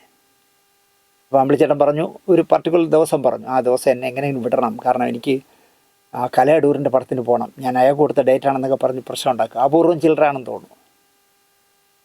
അങ്ങനെ ഇന്ന് രാത്രി പാട്ടുകൂടെ എടുത്താൽ ജഗതിക്ക് പോവാം. ജഗതിയെ കാത്ത് അപ്പോഴും 3 കാറ് സെറ്റിൽ വന്ന് കിടക്കുകയാണ്. അപ്പോൾ അമ്പിളിച്ചേട്ടൻ ആദ്യമേ പറഞ്ഞു, ഞാൻ കല അടൂരിൻ്റെ സെറ്റിലേ പോവുള്ളൂ. ഈ പാട്ടിൻ്റെ അവസാനത്തെ ഷോട്ട് കഴിഞ്ഞാൽ അപ്പം ജഗതിയെ പൊക്കി കാറ് കയറ്റുക, കൊണ്ടുപോവുക, അതിന് റെഡിയായി നിൽക്കുകയാണ്. കലയടൂരിൻ്റെ സെറ്റിൽ നിന്ന്. അപ്പോൾ അവസാനത്തെ ഷോട്ട് എന്ന് പറയുന്നത് ഈ വെള്ളത്തിൽ ചന്ദ്രനെ കണ്ടിട്ട് ഇതോ അവിടെ കിടക്കുന്ന ചന്ദ്രൻ എന്ന് വിളിച്ച് അലറി ജഗതി വെള്ളത്തിലേക്ക് എടുത്ത് ചാടണം. ജഗതി വെള്ളത്തിലേക്ക് ചാടാൻ തയ്യാറാണ്. ഒരു മാറിയ കുളമാണ്, കൊച്ചു കുളം. എനിക്ക് തോന്നുന്നു ഓലയൊക്കെ അഴുകാനൊക്കെ ഇടുന്ന, ഓല മെടഞ്ഞെടുക്കാനുള്ള അതൊക്കെ കൊണ്ടുവന്ന് കൗക്കാനൊക്കെ കൊണ്ടിടുന്ന സ്ഥലമാണ്. ആ കുളത്തിനകത്ത് എത്ര താഴ്ചയുണ്ടെന്ന് ആർക്കും അറിയില്ല. ഞങ്ങൾ വെളുപ്പാങ്കാലത്താണ് ഷൂട്ട് ചെയ്യുന്നത്, രാത്രി തുടങ്ങിയതാണ്. വെളുപ്പാങ്കാലത്ത് അവസാനത്തെ ഷോട്ട് എടുക്കാൻ പോവാണ്. അപ്പോൾ അതിനകത്ത് എത്ര താഴ്ചയുണ്ടെന്നറിയില്ല. അതിനകത്ത് കല്ലുകളുണ്ടോ, കരിങ്കല്ലുകളുണ്ടോ അറിയില്ല, കുപ്പിച്ചില്ലുകളുണ്ടോ ഒന്നും അറിയില്ല. ഒരു ആർട്ട് അസിസ്റ്റൻ്റ് ഇറങ്ങി പരിശോധിക്കാമെന്ന് പറഞ്ഞാൽ അവൻ ഇറങ്ങി പരിശോധിക്കാൻ പോയാൽ വെള്ളമെല്ലാം കലങ്ങൂലേ. അപ്പോൾ ആ കലങ്ങിയ വെള്ളം വീണ്ടും നോർമലാവണമെങ്കിൽ ഒരു 1.5 മണിക്കൂർ വെയിറ്റ് ചെയ്യേണ്ടി വരും. അതിന് അമ്പിളിച്ചേട്ടൻ തയ്യാറല്ല. 1.5 മണിക്കൂർ കഴിഞ്ഞ് ഇനി എപ്പോഴും ഞാൻ അപ്പോൾ നേരം വെളുക്കൂലേ, അത് പറ്റില്ല എന്ന് സംവിധായകനോട്, അനിയനോട് ജഗതിച്ചേട്ടൻ പറഞ്ഞു. പിന്നെന്ത് ചെയ്യും, ഞാൻ ചാടാമെന്ന് പറഞ്ഞു. നിങ്ങൾ ആലോചിച്ച് നോക്കൂ, നമ്മുടെയൊക്കെ ഒരു ഭാഗ്യമാണ്. അമ്പിളിച്ചേട്ടൻ ചാടുന്നത് ഒരു കരിങ്കല്ലിൽ പോയാണ് കാലോ തലയോ അടിക്കുന്നെങ്കിൽ നിങ്ങൾ ആലോചിച്ച് കൂർത്തിരിക്കുന്ന ഒരു കല്ല് അതിനകത്തുണ്ടെങ്കിൽ, അല്ലെങ്കിൽ ചെന്ന് ചാടി ചവിട്ടുന്നത് ഒരു കുപ്പിച്ചില്ല മദ്യപിച്ചിട്ടൊക്കെ ബോറന്മാർ ഈ വെള്ളത്തിലൊക്കെ ആണല്ലോ എറിയാറ്. അതൊന്നും അമ്പിളിച്ചേട്ടൻ ആലോചിച്ചതേ ഇല്ല. അമ്പിളിച്ചേട്ടൻ എടുത്ത് ചാടി ചന്ദ്രനെ പിടിക്കാനായിട്ട് വെള്ളത്തിൽ ചാടി താഴ്ന്നങ്ങ് പോകും. ആ താഴ്ന്നു പോയാൽ ഒരു 2-3 സെക്കൻഡ് അദ്ദേഹം വെള്ളത്തിനടി കിടക്കണമെന്ന് പറഞ്ഞിട്ടുണ്ട്, കാരണം അവിടെ ഫ്രീസ് ചെയ്യാനായിട്ട്. അമ്പിളിച്ചേട്ടൻ പിള്ളേർ ചാടി വെള്ളത്തിനടിയിലേക്ക് പോയി. നാർന്ന വെള്ളമാണ്, നമ്മളൊക്കെ ആണെങ്കിൽ ചാടില്ല. കരയിലേക്ക് കയറി വന്നു. അവിടെ ഒരു 5-6 ബക്കറ്റ് വെള്ളം കൊണ്ട് വെച്ചിരുന്നു. അത്രയും വെള്ളത്തിൽ അമ്പിളിച്ചേട്ടൻ കുളിച്ച് ദേഹം തോർത്തുമ്പോൾ എനിക്കിപ്പോഴും ഓർമ്മയുണ്ട് അമ്പിളിച്ചേട്ടൻ എന്നെയൊക്കെ നോക്കി ചിരിച്ചത്, അനിയാ എങ്ങനെയുണ്ട് എന്നുള്ള രീതിയിൽ. എന്നിട്ട് ഒന്നും സംഭവിക്കാത്ത പോലെ കാവി ജുബയും കാവി ലുങ്കിയും എടുത്ത് അനിയാ പോട്ടെ എന്ന് പറഞ്ഞ് എൻ്റെ തോളിൽ തട്ടിയിട്ട് പോയത് എനിക്കിപ്പോഴും ഓർമ്മയുണ്ട്. അമ്പിളിച്ചേട്ടൻ കലാടൂരിൻ്റെ സെറ്റിലേക്ക് കാർ കയറി പോയി. ഇവിടെ പകലം 4:30-5 മണിയായപ്പോൾ. അത് തീർച്ചയായിട്ടും ജഗതി ശ്രീകുമാർ എന്ന് പറഞ്ഞ നടന് മാത്രമേ അങ്ങനെ ആത്മാർത്ഥത കാണിക്കാൻ സാധിക്കൂ എന്ന് ഞാൻ വിശ്വസിക്കുന്നു. ഒരിക്കലും തിരക്കഥയിൽ എഴുതി വച്ചിരിക്കുന്ന അത്രയും ഫലിപ്പിക്കാത്ത എത്രയോ റിയാക്ഷനുകൾ തിരക്കഥയിൽ എഴുതി വയ്ക്കാൻ പറ്റില്ല. ഇങ്ങനെ വേണം റിയാക്ട് ചെയ്യാൻ വയ്ക്കാൻ നോക്കില്ല. ഇപ്പം ഞാൻ കേട്ടെ കാവടിയാട്ടം എന്ന് പറഞ്ഞ പടത്തിൽ തന്നെ, ഞാൻ വർക്ക് ചെയ്ത പടം തന്നെ പറയുന്നതല്ലേ എളുപ്പം. വഴിയെ പോകുമ്പോൾ പറ്റിച്ച ഒരാൾ വഴിയിലിട്ട് തടഞ്ഞ് ജഗതിയുടെ കഴുത്തിൽ കയറി പിടിക്കും. ഈ കഴുത്തിൽ കയറി പിടിക്കുമ്പോൾ താറാവാക്കുന്നല്ല. ഇതൊന്നും സംവിധായകന് പറഞ്ഞു കൊടുക്കാൻ പറ്റുന്നതല്ല. അവസാനം പറയും പിടിവിട് തരാം എന്ന് പറയും. അയാളിങ്ങനെ പിടിച്ചു വച്ചിരിക്കുക. അതൊക്കെ ആലോചിച്ചാൽ അമ്പിളിച്ചേട്ടന് ഏത് റിയാക്ഷനും അങ്ങനെയാണ്. ഒരിക്കലും റിഹേഴ്സൽ സമയത്ത് ഇടിയില്ല. ഒരു സംവിധായകന് അമ്പിളിച്ചേട്ടൻ ഇങ്ങനെ റിയാക്ട് ചെയ്യണം എന്ന് പറയാനും പറ്റില്ല. അത് മനോധർമ്മം പോലെ ക്യാമറ ഓണാകുമ്പോൾ അമ്പിളിച്ചേട്ടൻ ചെയ്യും, കയ്യടി വാങ്ങിക്കുകയും ചെയ്യും. ഞാൻ ഇത്രയും വിശദമാക്കിയത് മോഹൻലാൽ എന്ന നടൻ്റെ അഭിനയ പൂർണ്ണതയെപ്പറ്റി, അദ്ദേഹത്തിൻ്റെ മനസാക്ഷിയെപ്പറ്റിയൊക്കെ പറയാൻ വേണ്ടിയാണ്. ഉദാഹരണത്തിന് മൺമറഞ്ഞ നമ്മുടെ പ്രിയപ്പെട്ട സംവിധായകൻ ഐ വി ശശി മോഹൻലാലിനെ വിലയിരുത്തുന്നത് എങ്ങനെയെന്ന് നമ്മൾ നോക്കിയാൽ മാത്രം മതി. മോഹൻലാൽ ഒരു സിനിമയോട് അല്ലെങ്കിൽ ഒരു സിനിമാക്കാരനോട് എങ്ങനെയാണ് പെരുമാറുന്നത് എന്ന് മനസ്സിലാക്കാൻ. ഇയാൾക്ക് വേണ്ടിയാണോ ഒരു വേഷം, സുരേഷെ നിങ്ങൾ റെക്കമെൻഡ് ചെയ്യുന്നത് ഇയാൾക്ക് വേണ്ടിയാണോ എന്ന് ചോദിച്ചാൽ എന്താ പറയുക, സംവിധായകനാണ് ഐ വി ശശി. വേറെ പണിയൊന്നുമില്ല സുരേഷ് നിനക്ക്, രാവിലെ ഒരുത്തനെയും വിളിച്ചോണ്ട് വന്നേക്കണേ, ഇയാൾ കണ്ണാടിയൊന്നും നോക്കാറില്ല എന്ന് ചോദിച്ച ആളാണ് ഐ വി ശശി. ആ ഐ വി ശശി തന്നെ എത്ര സിനിമകളിലാണ് മോഹൻലാലിൻ്റെ മിടുക്ക് ക്യാമറയിലൂടെ ഒപ്പിയെടുത്തത്. എം ഡിയുടെ തിരക്കഥയിൽ ഐ വി ശശി സംവിധാനം ചെയ്ത ഉയരങ്ങളിൽ എന്നൊരു സിനിമയുണ്ട്. ഞാൻ പലപ്പോഴും പറയുന്ന, ഞാനൊരു എന്താ പറയുക സിനിമാ വിദ്യാർത്ഥി എന്നുള്ള നിലയ്ക്ക് എപ്പോഴും ചിന്തിക്കുന്ന ഒരു പടമാണ് ഉയരങ്ങളിൽ. ജയരാജ് എന്ന നെഗറ്റീവ് സ്വഭാവമുള്ള നായകനായിട്ട് മോഹൻലാൽ അഭിനയിച്ചിരിക്കുന്നത് അഭിനയിക്കാൻ പോകുന്ന ആൾക്കാർ, അഭിനയ വിദ്യാർത്ഥികളെങ്കിലും കണ്ടിരിക്കണം എന്നാണ് എനിക്ക് പറയാനുള്ളത്. എനിക്ക് പറയുന്നത്, ഞാൻ എഴുതി വച്ചതിനും മേലെ മോഹൻലാൽ പോയത് സദയം എന്ന് പറഞ്ഞ സിബി മലയിൽ സംവിധാനം ചെയ്ത സിനിമയാണ് എൻ്റെ സ്ക്രിപ്റ്റിന് മേളിൽ പോയതെന്നാണ് എം ടി സാർ പറയാറ്. തീർച്ചയായും സദയത്തിലെ തൂക്കുകയർ കാത്തു കിടക്കുന്ന സത്യനാഥൻ ഒരു നടന് ചെയ്യാവുന്നതിനും അപ്പുറം നമ്മളെ നോവിച്ച കഥാപാത്രമായിരുന്നു. അതിൽ തർക്കമൊന്നുമില്ല. ജയ, ലതിക എന്നൊക്കെ പറഞ്ഞ ആ 4 കുട്ടികൾ, പെൺകുട്ടികൾ, അവരെ ചതിയില്ലാത്ത ലോകത്തേക്ക് പറഞ്ഞു വിട്ടിട്ട് കൊന്നുകളഞ്ഞിട്ട് ഞെക്കി കൊല്ല്. അയ്യോ, അത് ഇപ്പോഴും ആലോചിച്ചാൽ വേദനിക്കും. തൂക്കുകയർ കഴുത്തിൽ വീഴുന്ന നിമിഷം കാത്തു കിടക്കുന്ന സത്യനാഥൻ നമ്മളെ തിയേറ്റർ വിട്ടാലും വിമിഷ്ടപ്പെടുന്ന തലത്തിലേക്ക് മോഹൻലാൽ എത്തിച്ചു. എന്നാൽ ജന്മനാ ക്രിമിനൽ മനസ്സുള്ള, സ്വന്തം വളർച്ചയ്ക്ക് സ്വയം പാത വെട്ടുന്ന, അതിൽ തടസ്സം നിൽക്കുന്നതിനെയൊക്കെ ഒരു കുറ്റബോധവുമില്ലാതെ വെട്ടി നിരത്തുന്ന ഉയരങ്ങളിലെ ജയരാജനാണ് സത്യനാഥിനും മേളിൽ നിൽക്കുന്ന വേഷമെന്ന് ഞാൻ പറയും. എനിക്കതാണ് ഇഷ്ടം. അയ്യോ, അതിൽ അയാൾ എന്താ പെർഫോമൻസ്! ഉയരങ്ങൾ ചെയ്തതൊക്കെ ശരിയോ തെറ്റോ എന്ന് സ്വയം വിമർശനം ചെയ്യാനാകാത്ത മാനസികാവസ്ഥയിലൂടെ പോവുകയും തൻ്റെ ജീവനെടുക്കാൻ തയ്യാറെടുക്കുന്ന തൂക്കുകയർ പ്രതീക്ഷിക്കുമ്പോൾ സത്യനാഥന് ആത്മസംഘർഷമുണ്ട്. സത്യനാഥൻ അങ്ങനെയാണ്. അയാൾ ആ 4 പെൺകുട്ടികളെ കൊന്ന് ഓരോ തവണയും തൂക്ക് മാറ്റി വയ്ക്കുമ്പോഴുള്ള, നമ്മൾ തിയേറ്ററിലിരിക്കുന്ന നമ്മൾ ദീർഘനിശ്വാസം വിട്ടു, അയാൾ രക്ഷപ്പെട്ടല്ലോ എന്ന്. എന്നാൽ ജയരാജൻ എന്ന് പറഞ്ഞ ഉയരങ്ങളിലെ ജയരാജൻ തോൽക്കാൻ എനിക്ക് മനസ്സിലായി എന്ന് പ്രഖ്യാപിച്ച് സ്വയം അഗാധ ഗർത്തത്തിലേക്ക് ജീവിതം സ്വയം അവസാനിപ്പിക്കാനാണ് തയ്യാറായത്. അപ്പോഴും ഒരു കുറ്റബോധത്തിൻ്റെ അല്പം ഒരു കണിക പോലും അയാൾക്കില്ല എന്നർത്ഥം. തോറ്റു കൊടുക്കുന്നില്ല പോലീസിൻ്റെ മുമ്പ് പോലും. ഒറ്റ ചാട്ടമല്ലേ ചാടുന്ന താഴേക്ക്. ഇതൊക്കെ ഇപ്പോൾ ഇവിടെ ഓർമ്മിപ്പിക്കാൻ ഒരു കാരണമുണ്ട്. ഈ മുഖമുള്ള ഒരുത്തിന് വേണ്ടിയാണോ സിനിമാ നടനാക്കാനായിട്ട് വന്ന് ചോദിച്ചത് എന്ന് ചോദിച്ചപ്പോൾ, അന്ന് മോഹൻലാലിന് സിനിമ ഇനി അഭിനയിക്കേണ്ട എന്ന് തീരുമാനിച്ചിട്ടുണ്ടെങ്കിൽ നമുക്ക് എന്തൊരു നഷ്ടമായിരുന്നേ. ഒരു സിനിമാ നടനാകാനുള്ള ചങ്കൂറ്റം തോന്നുന്നത് അത്ഭുതം തന്നെയാണ് മോഹൻലാലിൻ്റെ അന്നത്തെ കാലത്തെ രൂപം വെച്ച് നോക്കുകയാണെങ്കിൽ. അങ്ങനെ വിധി എഴുതിയ ഐ വി ശശി മോഹൻലാൽ എന്ന അഭിനേതാവിനെ വിലയിരുത്തുന്നത് ഇപ്പോൾ കാണുമ്പോൾ എനിക്ക് കൗതുകം തോന്നുന്നു. ഇയാൾക്ക് വേണ്ടിയാണോ സുരേഷേ വന്നതെന്ന് ചോദിച്ചാൽ അതേ ഐ വി ശശി വർഷങ്ങൾക്ക് ശേഷം മോഹൻലാലിനെ വിലയിരുത്തുന്നത് വായിച്ചപ്പോൾ എനിക്ക് ഒരുപാട് സന്തോഷം തോന്നി. ഐ വി ശശിയെ മാത്രം പറയുന്നതിൽ ഒരർത്ഥവുമില്ല എന്നുള്ളതാണ്. കാരണം വേണമെങ്കിൽ ഒരു ഉദാഹരണം പറയാം. ഒരു മടക്ക് കുടയും കഷത്തിടുക്കി നവോദയയുടെ മഞ്ഞിൽ വിരിഞ്ഞ പൂക്കൾ എന്ന് പറഞ്ഞതിൻ്റെ ആർട്ടിസ്റ്റ് സെലക്ഷൻ നടക്കുന്ന ബോർഡിൻ്റെ മുന്നിലേക്ക് അതിൽ നരേന്ദ്രനാവാനായിട്ട് ഞാൻ ശരിയാവുമോ എന്ന് അന്വേഷിക്കാനായിട്ട് ടെസ്റ്റിനായിട്ട് മോഹൻലാൽ ചെന്നല്ലോ. അപ്പോൾ 4 പേരായിട്ടുണ്ടായിരുന്നു മാർക്കിടാൻ.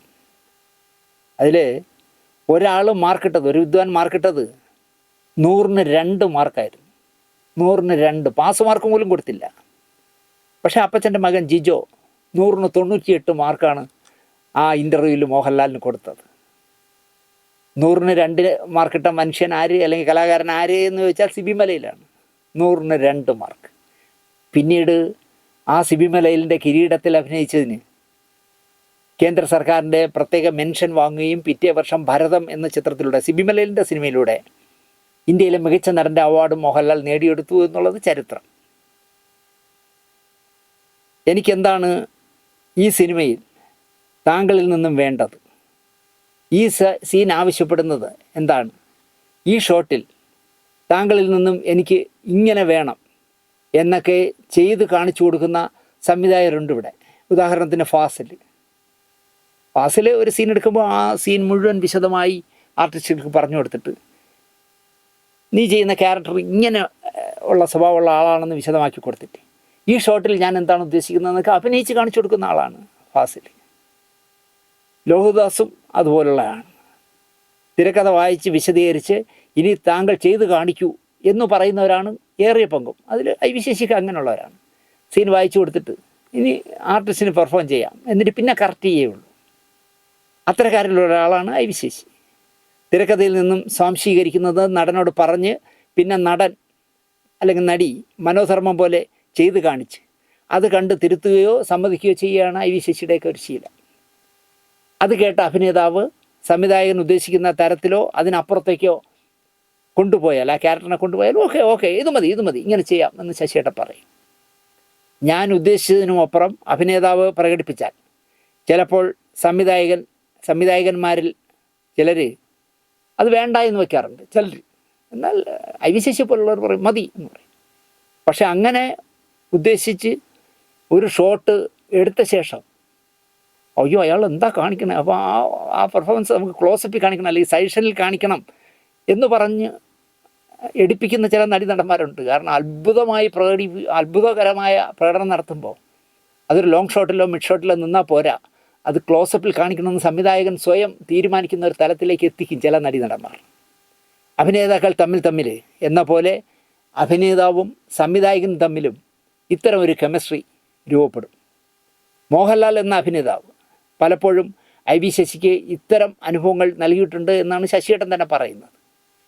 ഒരു സംവിധായകൻ കാണുന്നതിനും എത്രയോ മേലെ തൻ്റെ കഥാപാത്രത്തെ പ്രദർശിക്കാനുള്ള അസാമാന്യമായ കഴിവുള്ള ആക്ടറാണ് മോഹൻലാൽ എന്നാണ് ശശിയേട്ടൻ പറയുന്നത്. ദേവാസുരം എന്ന ചിത്രത്തിലെ ഒരു ഗാനരംഗമുണ്ട്. നീണ്ട ആശുപത്രി വാസത്തിന് ശേഷം ആശുപത്രി കിടന്നിട്ട് മുറിവൊക്കെ വെച്ച് കിട്ടി കാലൊക്കെ അനക്കാൻ പറ്റാതെ അതിൽ നെപ്പോളിയൻ ചെയ്യുന്ന ക്രൂരതകൾ.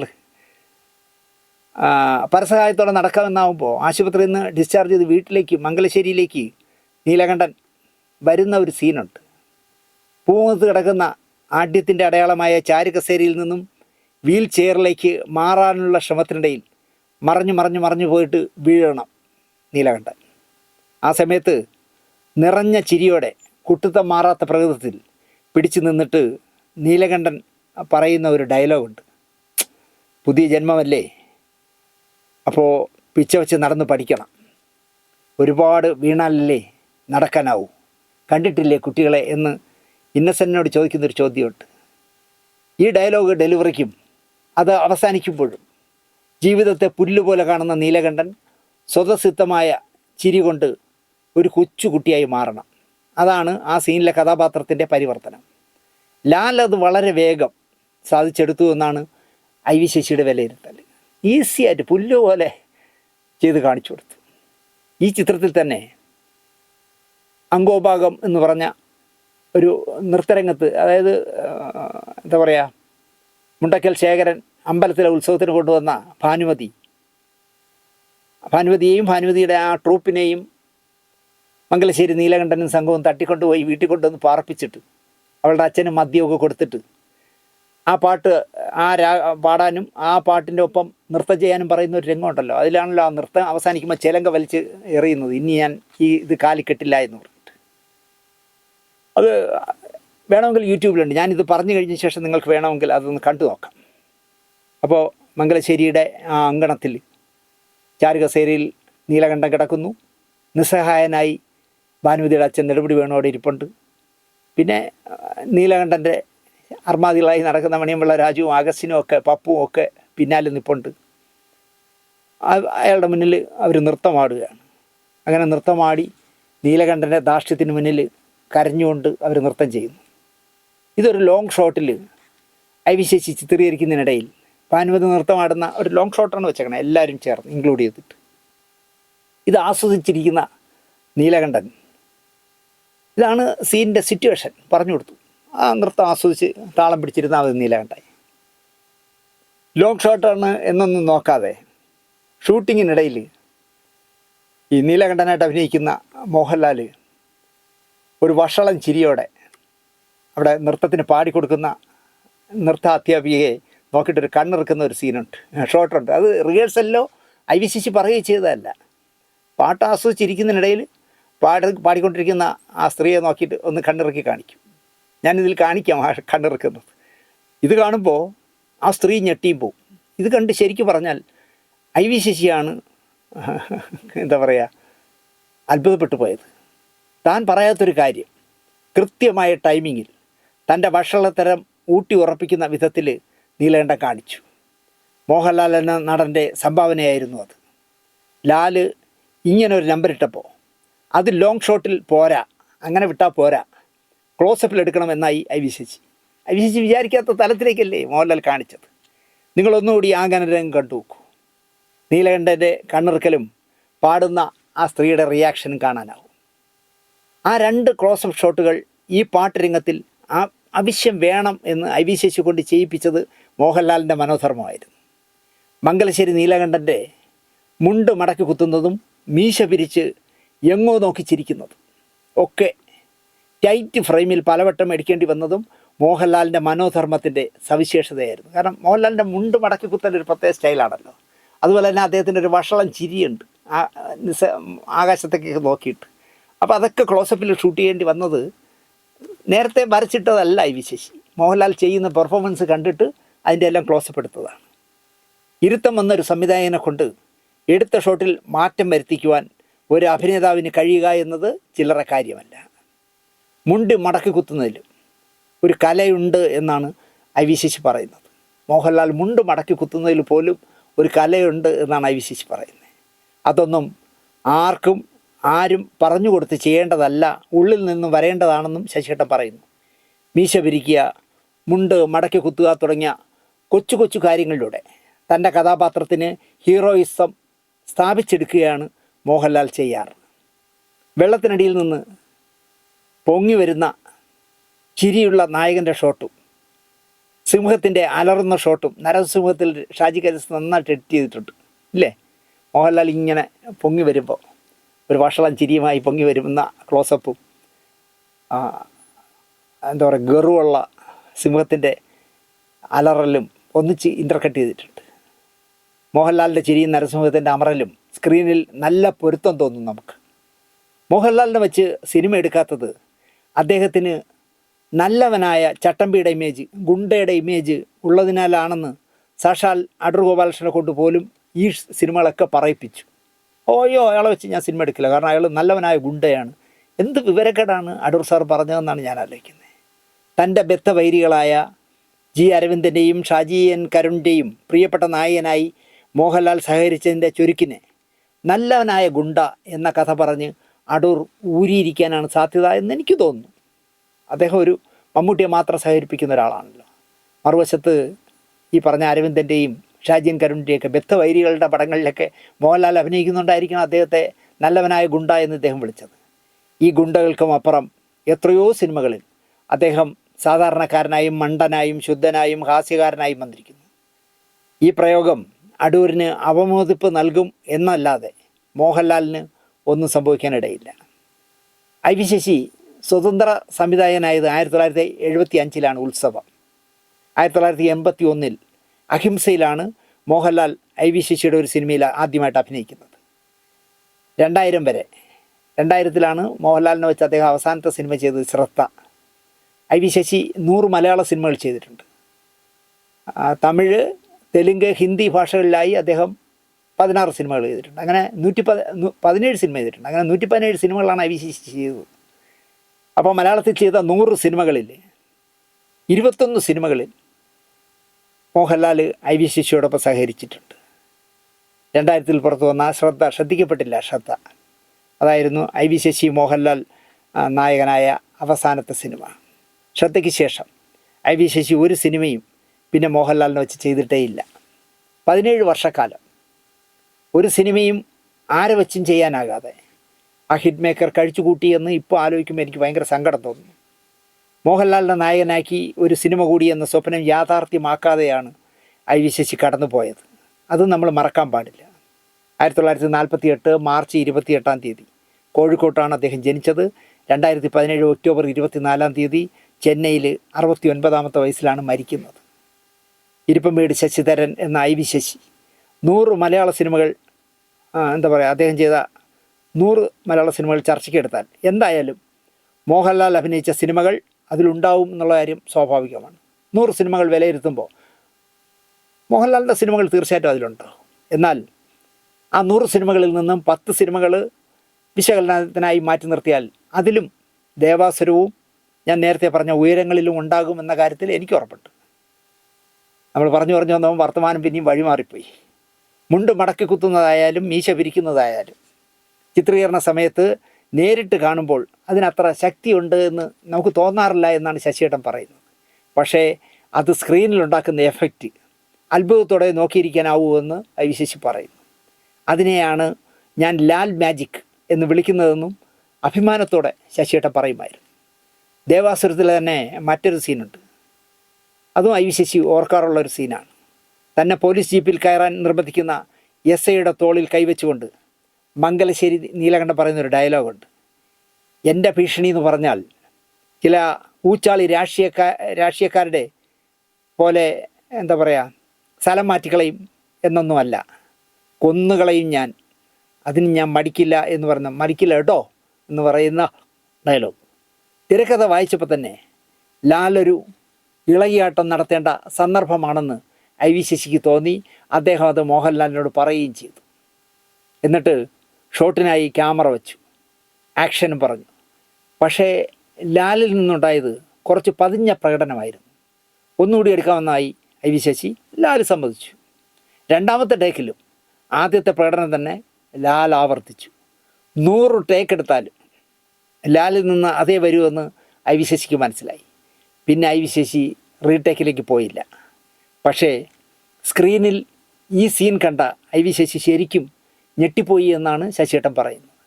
ഇതിലപ്പുറം ഒരു പോലീസ് ഓഫീസറെ പേടിപ്പെടുത്താനാവാത്ത വിധം ആ പതിഞ്ഞ ശബ്ദത്തിൽ ലാൽ ചെയ്തിരിക്കുന്നു. ഇതിനേക്കാൾ മികച്ച മറ്റൊരു പ്രകടനം ആ സീനിൽ വേറെ ഉണ്ടാകാനുമില്ല എന്നാണ് ശശിയേട്ടൻ പറയുന്നത്. ഇത് തന്നെയാണ് മുണ്ടക്കൽ ശേഖരൻ്റെ ആശുപത്രിയിൽ വെച്ച് പറയാനുള്ളതൊക്കെ പറഞ്ഞിട്ട് വഴിമാറട മുണ്ടക്കൽ ശേഖര എന്ന് വിളിക്കുന്ന ഒരു സീനുണ്ട്, അറിയാമല്ലോ. ദേവാസുര ഏറെക്കുറെ എല്ലാവരും കണ്ടതല്ലേ. വഴിമാറട മുണ്ടക്കൽ ശേഖര എന്ന് പറയുമ്പോൾ ശേഖരൻ അറിയാതെ ഞെട്ടി വിറച്ച് മാറിക്കൊടുക്കും. മുണ്ടക്കൽ ശേഖര എന്നുള്ള ആ വിളിയിൽ മലയാളത്തിലെ ഒരു മുട്ടൻ തെറിയുടെ എല്ലാ സൗന്ദര്യവും മോഹൻലാൽ നൽകിയെന്നുള്ളതാണ്. ഇനി ഒരിക്കൽ കൂടെ നിങ്ങൾ കണ്ടു നോക്കും.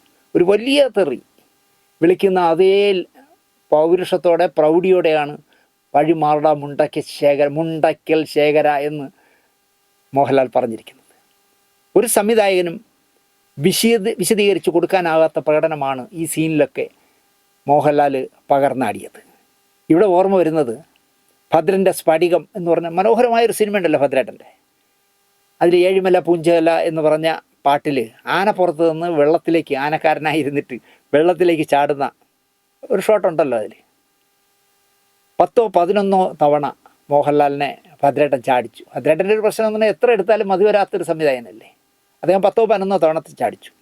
ഈ 11 ടേക്കിലും മോഹൻലാലിൻ്റെ ആടുതോമ നൽകുന്നത് കൃത്യമായ ഒരു തരം പ്രകടനം തന്നെയായിരുന്നു. ഒരേ പ്രകടനമായിരുന്നു. ഈ 11 ഷോട്ടിലും 1 ഇഞ്ച് അങ്ങോട്ടോ 1 ഇഞ്ച് ഇങ്ങോട്ടോ മാറാത്ത പ്രകടനമായിരുന്നു. ഒടുവിൽ സംവിധായകനെ ഭദ്രന് തന്നെ പറയേണ്ടി വന്നു, രണ്ടാമത്തെ ടേക്ക് ഓക്കെ വെച്ചോളാൻ പറഞ്ഞു എന്നാണ് ആ ഷൂട്ടിങ്ങിൽ സാക്ഷികളായവർ പറയുന്നത്. സംവിധായകൻ പറയുന്നതെല്ലാം കേട്ടിട്ട് ലാൽ തരുന്ന ഔട്ട്പുട്ട് കാണുമ്പോൾ ഐ വി ശശി ഉറപ്പിച്ച ഒന്നുണ്ട്, മോഹൻലാലിൻ്റെ ഉള്ളിലൊരു സംവിധായകനുണ്ട്. ഒരുപാട് കാലത്തിന് മുമ്പ് അദ്ദേഹം പറഞ്ഞതാണ്, പ്രവചനം പോലെ ആയി എന്നുള്ളതാണ്. മോഹൻലാലിൻ്റെ മനസ്സിലൊരു സംവിധായകനുണ്ട് എന്ന് ആദ്യമായി പറയുന്ന ആളും ഐ വി ശശിയാണ്. ഇതിൽ ലാലിപ്പോൾ കണ്ടില്ലേ, ബറാസ് എന്ന് പറഞ്ഞ പടം 3D സിനിമ സംവിധാനം ചെയ്യുകയാണ്. ലാൽ ഒരു സിനിമ ചെയ്താൽ തീർച്ചയായും ആ സിനിമ നന്നാവും, ലാൽ സംവിധാനം ചെയ്താൽ ആ സിനിമ നന്നാവുമെന്നും ദീർഘവീക്ഷണമുള്ള ശശിയേട്ടൻ പറഞ്ഞു. തീർച്ചയായിട്ടും എന്താ പറയുക, ബറോസ് ഒരു ശ്രദ്ധിക്കപ്പെടുന്ന സിനിമ തന്നെ ആയിരിക്കും. ദേവാസുരത്തെക്കുറിച്ചും മംഗലശ്ശേരി നീലകണ്ഠനെക്കുറിച്ചും മാത്രം എന്തുകൊണ്ട് ഐ വി ശശി പറയുന്നു എന്ന് ചോദിച്ചാലും അദ്ദേഹത്തിന് ഉത്തരമുണ്ട്. ഞാൻ ചെയ്ത ലാൽ ചിത്രങ്ങളിൽ എനിക്കേറെ ഇഷ്ടം ദേവാസുരമാണ്. ദേവാസുരം എന്ന കഥയിലേക്കും സിനിമയിലേക്കും ഐ വി ശശി ചെന്നെത്തിയതിലും ഒരു കഥയുണ്ട് പറയാൻ. മറുനാടൻ മൂവീസ്, വിൽക്കാനുണ്ട് സ്വപ്നങ്ങളൊക്കെ എടുത്ത മറുനാടൻ മൂവീസ്, അനുഗ്രഹ സിനിമാസ് തുടങ്ങിയ ബാനറുകളിൽ നല്ല സിനിമകൾ എടുത്ത ആളാണല്ലോ നമ്മുടെ B K Menon. B K മേനോന് വേണ്ടി ഐ വി ശശി കള്ളനും പോലീസും എന്ന് പറഞ്ഞൊരു സിനിമ സംവിധാനിച്ചു. പടം ദയനീയമായി പരാജയപ്പെട്ടു പോയി. പടം തകർന്നടിഞ്ഞതിൻ്റെ വിഷമത്തിൽ കോഴിക്കോട് മഹാറാണിയിൽ ഐ വി ശശിയുണ്ട്. നമ്മുടെ ഒരു സിനിമയല്ലേ പൊളിഞ്ഞത്, അപ്പോൾ തീർച്ചയായിട്ടും അദ്ദേഹത്തിന് വിഷമം ഉണ്ടാവും. അങ്ങനെ അദ്ദേഹം തകർന്നടിഞ്ഞ മനസ്സുമായി മഹാറാണിയിൽ അദ്ദേഹത്തിന് സ്ഥിരമായി താമസിക്കുന്ന റൂമുണ്ട്. അവിടേക്ക് നടൻ അഗസ്റ്റിൻ ഐ വി ശശിയെ കാണാൻ വന്നു. സംസാരത്തിനിടയിൽ രഞ്ജിത്ത് എന്ന യുവ എഴുത്തുകാരനെ പറ്റി അഗസ്റ്റിൻ പറഞ്ഞു. പെരുമണ്ണാപുരത്തെ വിശേഷങ്ങളും പ്രാദേശിക വാർത്തകളും ജോർജ് കുട്ടി, കെയർ ഓഫ് ജോർജ് കുട്ടിയൊക്കെ എഴുതിയ കുറേ സിനിമകൾക്ക് അക്കാലത്ത് രഞ്ജിത്ത് സിനിമ ചെയ്ത് നല്ല നർമ്മം ഉള്ള ഗ്രാമീണതയുള്ള ഒരുപാട് സിനിമകൾ രഞ്ജിത്ത് എഴുതിയിട്ടുണ്ട്. പക്ഷേ അദ്ദേഹത്തിനൊരു സ്ക്രിപ്റ്റ് റൈറ്റർ എന്നുള്ളതിലേക്ക് ഒരു ഐഡൻറ്റിറ്റി, ഒരു പേര് കിട്ടാത്ത കാലമായിരുന്നു. രഞ്ജിത്തിൻ്റെ കൈവശം ഒരു കഥയുണ്ടെന്നും താങ്കളത് കേൾക്കണമെന്നും അഗസ്റ്റിൻ ഐ വി ശശിയോട് പറഞ്ഞു. ഐ വി ശശി കഥ കേട്ടു, അദ്ദേഹത്തിന് ഇഷ്ടമായി. ബി കെ മേനോന് ഇത്തരം വലിയൊരു സെറ്റപ്പിൽ സിനിമ ചെയ്യാൻ അപ്പോൾ സ്ഥിതിയില്ല. കാരണം പടമൊക്കെ പൊളിഞ്ഞ് നിൽക്കുകയല്ലേ. നടൻ മുരളിയെ നായകനാക്കി ചിലവ് കുറച്ച് ചെയ്യാം. ദേവാസുരം അങ്ങനെയാണ് ആദ്യം പ്ലാൻ ചെയ്തത്. ആ ചർച്ചകൾ നടക്കുമ്പോഴും ബി കെ മേനോൻ്റെ മനസ്സ് മുഴുവൻ മംഗലശ്ശേരി നീലകണ്ഠനാവുന്നത് മോഹൻലാൽ ആകണം എന്നായിരുന്നു. മോഹൻലാലിന് കഥ പറഞ്ഞു കൊടുക്കുന്നതിന് മുമ്പ് തിരക്കഥയുണ്ടാക്കി. രഞ്ജിത്തിരുന്ന് 2 മാസം എന്തോ എടുത്ത് കോഴിക്കോട്ടിരുന്ന് തിരക്കഥ എഴുതിയുണ്ടാക്കി തീർത്തു. സിദ്ദിഖ് ലാലിൻ്റെ വിയറ്റ്നാം കോളനി എന്ന് പറഞ്ഞ പടത്തിൻ്റെ ചിത്രീകരണം പാലക്കാട്ട് നടക്കുകയാണ്. ആ ലൊക്കേഷനിലേക്ക് IV ശശി ചെന്നു. സിനിമ കണ്ട് നടന്നിരുന്ന കാലത്ത് കൈയടിച്ചിരുന്ന IV ശശി എന്ന് പറഞ്ഞ സംവിധായകൻ വിയറ്റ്നാം കോളനിയുടെ സെറ്റിലേക്ക് വരുന്ന കണ്ട സിദ്ദിഖ് അത്ഭുതപ്പെട്ടു പോയി. അദ്ദേഹം ഓടിച്ചെന്നു. എന്താ ശശിയേട്ടാ ഇവിടെ എന്ന് പറഞ്ഞ് ചെന്ന് ചോദിച്ചപ്പോൾ പറഞ്ഞു, ഞാൻ ലാലിനോടൊരു കഥ പറയാൻ വന്നതാണ്. അപ്പോൾ സിദ്ദിഖ് പറഞ്ഞു, തീർച്ചയായിട്ടും ഞാൻ നേരത്തെ അയാളുടെ ഷോട്ടിലൊക്കെ എടുത്ത് മോഹൻലാലിനെ നേരത്തെ ഫ്രീ ആക്കാം എന്നൊക്കെ പറഞ്ഞു. മോഹൻലാൽ താമസിക്കുന്ന മുറിയിൽ പോയി IV ശശിയും രഞ്ജിത്തും കൂടി കഥ പറഞ്ഞു. നീലകണ്ഠനെ ലാലിന് ഒരുപാട് ഇഷ്ടമായി. അതിനൊരു പ്രത്യേക കാരണം കൂടിയുണ്ട്. മംഗലശ്ശേരി നീലകണ്ഠൻ കോഴിക്കോട് ജീവിച്ചിരുന്ന മുല്ലശ്ശേരി രാജഗോപാൽ എന്ന മുല്ലശ്ശേരി രാജുവിൻ്റെയും ഭാര്യ ലക്ഷ്മിയുടെയും കഥയിൽ നിന്നും രഞ്ജിത്ത് ഉണ്ടാക്കിയെടുത്തതാണ്. മുല്ലശ്ശേരി രാജു എന്ന് പറഞ്ഞാൽ യേശുദാസ് അടക്കമുള്ള ഒരുപാട് സൗഹൃദം സൂക്ഷിക്കുന്ന മനുഷ്യനായിരുന്നു. മുല്ലശ്ശേരി രാജുവിനെയും ലക്ഷ്മിയുടെയും കഥ 2002 ജയരാജ് മെഹ്ഫിൽ എന്ന് പറഞ്ഞ പേരിൽ വീണ്ടും സിനിമയാക്കി. മോഹൻലാലും രേവതിക്കും പകരം മുകേഷും നമ്മുടെ ആശാ ശരത്തുമായിരുന്നു ആ വേഷം ചെയ്തത്. പക്ഷെ പടം ശ്രദ്ധിക്കപ്പെട്ടില്ല. ദേവാസുരം മോഹൻലാലിനും IV ശശിക്കും സിനിമാ ജീവിതത്തിലെ മൈൽ സ്റ്റോൺ നാഴികക്കല്ലുകളായി മാറി. ഏറ്റിരുന്ന മറ്റ് പ്രോജക്റ്റുകൾ മാറ്റിവെച്ചിട്ടാണ് ദേവാസുരം മോഹൻലാൽ ചെയ്തത്. രഞ്ജിത്ത് എന്ന എഴുത്തുകാരൻ മറ്റൊരു ട്രാക്കിലേക്ക് മാറാനുള്ള ദേവാസുരത്തിൻ്റെ വിജയം, ദേവാസുരത്തോടുകൂടി പിന്നെ നമ്പർ 1 തിരക്കഥാകൃത്തുകളിൽ ഒരാളായി രഞ്ജിത്ത് മാറിയില്ലേ. 80-ലോ 81-ലോ ആണ് മോഹൻലാൽ IV ശശിയെ വീട്ടിൽ പോയി കാണുന്നത്. ജയൻ്റെ നനച്ചിരിക്കാതെയുള്ള മരണത്തോടെ അടുത്ത് ചെയ്യുന്ന തുഷാരം എന്ന് പറഞ്ഞ സിനിമയിൽ ആരെ നായകനാക്കും എന്ന ധർമ്മസങ്കടത്തിലായിരുന്നു IV ശശി.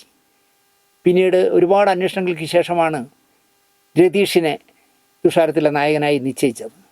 ഉൾക്കടൽ പോലുള്ള സോഫ്റ്റ് സിനിമകളിൽ അഭിനയിച്ച രതീഷിന് IV ശശി തൻ്റെ വീട്ടിൻ്റെ മേളിൽ ത്യാഗരാജൻ മാഷിനെ വിളിച്ചുകൊണ്ട് വന്ന് സ്റ്റണ്ടിൻ്റെ ബാലപാഠങ്ങളൊക്കെ രതീഷിനെ പഠിപ്പിച്ചെടുത്തു. അങ്ങനെ രതീഷ് തുഷാരത്തിൽ നായകനായി. MD ആദ്യമായൊരു തിരക്കഥ IV ശശിക്ക് വേണ്ടി കൊടുത്തപ്പോൾ അതിൽ ബാബു നമ്പൂതിരിയെ നായകനാക്കി 4 ദിവസം IV ശശി ഷൂട്ട് ചെയ്തു.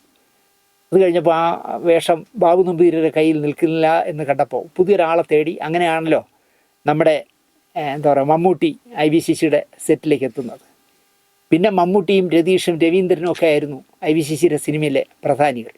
അപ്പോഴേക്കും മോഹൻലാൽ 7-8 സിനിമകളിലൂടെ ശ്രദ്ധേയനായി കഴിഞ്ഞിരുന്നു. വീട്ടിൽ ചെന്ന് IV ശശിയെ കണ്ടെങ്കിലും തനിക്കൊരു ചാൻസ് തരണമെന്നൊന്നും മോഹൻലാൽ ചോദിച്ചില്ല. പക്ഷേ IV ശശി ലാലിന് ഇനി വേഷം കൊടുക്കണമെന്ന് മനസ്സിൽ ഉറപ്പിച്ചു. അത്രയ്ക്ക് അദ്ദേഹത്തിന് ഇഷ്ടമായി വീട്ടിൽ ചെന്ന് സംസാരിക്കുന്ന രീതിയൊക്കെ കണ്ടപ്പോൾ. ഒരേ സമയം 2-3 സിനിമകൾ ചെയ്യുന്ന കാലമാണ് IV ശശി. അഹിംസയിൽ KTC നിർമ്മിച്ച അഹിംസയിൽ മോഹൻലാലിനൊരു വേഷം ഉണ്ടാകണമെന്ന് തിരക്കഥാകൃത്ത് T ദാമോദരനോട് IV ശശി പറഞ്ഞു. നേരിട്ട് കോഴിക്കോട് ലൊക്കേഷനിലെത്താൻ മോഹൻലാലിനെ വിളിച്ചു. അഹിംസയിൽ മോഹൻലാലിനെ വെച്ചെടുത്ത ആദ്യ സീൻ IV ശശിയുടെ മനസ്സിൽ എപ്പോഴും പതിഞ്ഞു കിടന്ന ഒരു സീനായിരുന്നു. എതിരെ വരുന്ന വാഹനത്തെ സ്വന്തം ജീപ്പ് കൊണ്ടുവന്ന് ബ്ലോക്ക് ചെയ്ത് ഇറങ്ങി വരണം മോഹൻലാൽ. കൂടെ എനിക്ക് തോന്നുന്നു മോഹൻലാലിൻ്റെ കൂടെ പാട്ടുകാരനായ ജോളി എബ്രഹാമും ഉണ്ടായിരുന്നു തോന്നുന്നു. അപ്പോൾ ഷോട്ട് ക്യാമറയൊക്കെ വെച്ചു. ജീപ്പ് കൊണ്ടുവന്ന് എതിരെ വരുന്ന കാറിനെ ബ്ലോക്ക് ചെയ്ത് നിർത്തിയിട്ട് മോഹൻലാൽ വേഗത്തിൽ ഇറങ്ങി വരണം എന്നുള്ള കാര്യമൊക്കെ പറഞ്ഞു കൊടുത്തു. പക്ഷേ മോഹൻലാൽ എന്ത് ചെയ്തെന്ന് വെച്ചാൽ സംവിധായകൻ പറഞ്ഞു കൊടുക്കാത്ത ഒരു കാര്യം കൂടെ ചെയ്തു. ജീപ്പ് നിർത്തിയിട്ട് ഞൊടിയിടയിൽ ചാടി ഇറങ്ങിയ മോഹൻലാൽ ജീപ്പിൻ്റെ ബോണറ്റിൽ ഒരു കൈ കുത്തി അമർത്തി ചാടിയാണ് മുന്നോട്ട് വന്നത്. അത് ആ ഷോട്ടിനെ മനോഹരമാക്കി എന്നാണ് IV ശശി പറയുന്നത്. പുതുമുഖ നടനാണ് മോഹൻലാൽ. അഹിംസ IV ശശി ചെയ്യുന്ന അദ്ദേഹത്തിൻ്റെ 42ാമത്തെ സിനിമയാണ്. അപ്പോൾ 42 സിനിമ ചെയ്ത ഒരാളെന്നുള്ള നിലയ്ക്ക് ഞാൻ നിന്നോട് ഇങ്ങനെ ചാടി വരാൻ പറഞ്ഞില്ലല്ലോ എന്നൊക്കെ വേണമെങ്കിൽ പറയാം. പക്ഷേ അദ്ദേഹം അത് ആസ്വദിക്കുകയാണ് ചെയ്തത്. ഇതാ ഇവിടെ വരെയും, അവളുടെ രാവുകളും, ഇതാ ഒരു മനുഷ്യനും, വാടകയ്ക്കൊരു ഹൃദയവും, അലാവുദ്ദീനും അത്ഭുത വിളക്കും, അങ്ങാടിയും, മീനും, തുഷാരവും ഒക്കെ ചെയ്ത സംവിധായകൻ്റെ സിനിമയാണ്. മോഹൻലാൽ അദ്ദേഹം പറയാത്ത നമ്പറാണ് കാണിച്ചത്. വേണമെങ്കിൽ അതൊന്നും വേണ്ടെന്നോ, ഞാൻ പറയാത്തത് എന്തിനാ കാണിച്ചതെന്നോ ഇത് ചോദിക്കാം IV ശശിക്ക്. ചില സംവിധായകർ അത് ചോദിക്കും, ഞാൻ നിങ്ങളുടെ അങ്ങനെ പറഞ്ഞില്ലല്ലോ ചെയ്യാൻ, നിങ്ങളെന്തിനാ അങ്ങനെ ചെയ്തത്, അത് വേണ്ട എന്ന് പറയുമല്ലോ. ഞാൻ മുമ്പ് ഒരു കഥയിൽ പറഞ്ഞിട്ടില്ലേ, ജഗദീഷ് കുമാർ പൊട്ടിച്ചിരിക്കുന്ന ഒരു നമ്പർ ഇട്ടപ്പോൾ അത് സ്ക്രിപ്റ്റിലില്ലല്ലോ, അത് പറയണ്ട എന്ന് പറഞ്ഞ് കട്ട് ചെയ്ത സംവിധായകർ ഇവിടെയുണ്ട്. പക്ഷേ IV ശശിക്ക് മോഹൻലാലിൻ്റെ മനോധർമ്മം ഇഷ്ടമായി. പിന്നാലെ സിന്ദൂരസന്ധ്യയ്ക്ക് മൗനം IV ശശിക്ക് മോഹൻലാലിനെ ഒരുപാട് ഇഷ്ടക്കാരനാക്കിയത് സിന്ദൂരസന്ധ്യയ്ക്ക് മൗനവും അല്ല, അദ്ദേഹത്തിന് ശരിക്കും മോഹൻലാലിനെ പ്രിയപ്പെട്ടവനാക്കിയത് ഇനിയെങ്കിലും എന്ന് പറഞ്ഞ സിനിമ ചെയ്യുമ്പോഴാണ്. ജിയോ കുട്ടപ്പൻ നിർമ്മിച്ച ഇനിയെങ്കിലും ജപ്പാനിലാണല്ലോ ചിത്രീകരിച്ചത്. വിദേശ ചിത്രീകരണമാകുമ്പോൾ പരമാവധി കുറച്ചല്ലേ ക്രൂവിനെ കൊണ്ടുപോകാൻ പറ്റൂ. മേക്കപ്പിനും കോസ്റ്റ്യൂമിനും കൂടി എമ്മോ ദേവസ്യ, നൃത്തരംഗ സംവിധായികയായി നായികയായ സീമ തന്നെ നൃത്തരംഗവും സംവിധാനം. ക്യാമറാമാൻ ജയന വിൻസെൻ്റാണ്, പക്ഷേ അയാൾക്ക് ക്യാമറ അസിസ്റ്റൻറ്റോ ആരുമില്ല. ഇങ്ങനെ എത്തിയ ക്രൂ ചിത്രീകരണം തുടങ്ങിയപ്പോഴാണ് മോഹൻലാലിൻ്റെ മഹത്വം മനസ്സിലായത് എന്നാണ് ഐ.വി. ശശി പറയുന്നത്. ഷൂട്ടിംഗ് ലൊക്കേഷനിൽ എല്ലാ ജോലിയും ചെയ്യാൻ മോഹൻലാൽ സന്നദ്ധനായി. ക്യാമറ എടുത്ത് ജയന വിൻസെൻ്റ് നടക്കുമ്പോൾ പിറകെ ഭാരമുള്ള ട്രൈപോഡും ചുവന്ന് മോഹൻലാൽ നടക്കും. പ്രൊഡക്ഷൻ ബോയ്സിൻ്റെയും ലൈറ്റ് ബോയിയുടെയും ഒക്കെ ജോലികൾ സന്തോഷത്തോടെ ജപ്പാനിൽ മോഹൻലാൽ ചെയ്തു. അല്പസമയം കിട്ടിയാൽ ജപ്പാനിലെ കാഴ്ചകൾ കാണാനും സാധനങ്ങൾ വാങ്ങാനുമായിട്ട് മറ്റെല്ലാ നടന്മാരും പോയപ്പോൾ മോഹൻലാൽ സെറ്റിൽ അധ്വാനിക്കുകയായിരുന്നു. ഞങ്ങൾക്കിടയിലെ ഇരുത്തം വന്ന സംവിധായകനും പുതുമുഖമായ അഭിനേതാവും എന്ന അകലം കുറച്ചത് ജപ്പാനിലെ ഈ ദിവസങ്ങളാണെന്നാണ് ഐ.വി. ശശി പറയുന്നത്. ജപ്പാനിലെ ഭക്ഷണം പ്രശ്നമായപ്പോൾ സ്വയം പാചകം തുടങ്ങി. മദ്രാസിലെ ജീവിതം ഐ.വി. ശശിയെ മോശമല്ലാത്ത പാചകം പഠിപ്പിച്ചിരുന്നു. മോഹൻലാലും നല്ല പാചക വിദഗ്ധനാണ്. പാചക വിദഗ്ധൻ മാത്രമല്ല, നല്ല ആഹാരപ്രിയനുമാണല്ലോ. കൂടെയുള്ള സ്ത്രീകൾ സഹായിച്ചു, സീമ അടക്കമുള്ളവർ സഹായിച്ചു എന്നാണ് ശശിയേട്ടൻ പറയുന്നത്. റൂമിലെ ഫ്ലഗ് പോയിന്റിൽ നിന്നും കറണ്ട് എടുക്കാൻ ഹോട്ടലുടമ വിസമ്മതിച്ചപ്പോൾ അത് അതിൽ നിന്ന് എടുക്കാൻ പാടില്ല എന്നൊക്കെ പറഞ്ഞപ്പോൾ മോഹൻലാൽ കണ്ടുപിടിച്ച ബുദ്ധി ബാത്റൂമിലും പോയിന്റ് ഉണ്ടല്ലോ, അതിൽ നിന്ന് കണക്ട് ചെയ്തെടുക്കാം. അപ്പോൾ ഇയാൾ അറിയില്ല. ഇയാൾ നോക്കുമ്പം റൂമിലെ ഫ്ലഗ് പോയിന്റിൽ കുത്തിയിട്ടില്ലല്ലോ. ഭക്ഷണം റെഡിയായി എന്നറിഞ്ഞാൽ രതീഷും രവീന്ദ്രനും ഒക്കെ ഓടിയെത്തും ഭക്ഷണം കഴിക്കാൻ. ശശി സാർ എന്ന് വിളിച്ചിരുന്ന മോഹൻലാൽ ഇനിയെങ്കിലും കഴിഞ്ഞതോടുകൂടി ശശിയേട്ട എന്നാക്കി വിളി. ആ വിളിയിൽ ഒരു സ്നേഹമുണ്ടായിരുന്നു എന്നാണ് ഐ.വി. ശശി പറയുന്നത്. ഒരു ജ്യേഷ്ഠനോട് ഒരു അനുജന് തോന്നാവുന്ന വാത്സല്യം ഉണ്ടായിരുന്നുവെന്നും ഐ.വി. ശശി പറയുന്നു. ഐ.വി. ശശിയോടൊപ്പം മോഹൻലാലിൻ്റെ 5-മത്തെയോ 6-മത്തെ ചിത്രമായിരുന്നു ഉയരങ്ങളിൽ, 1984.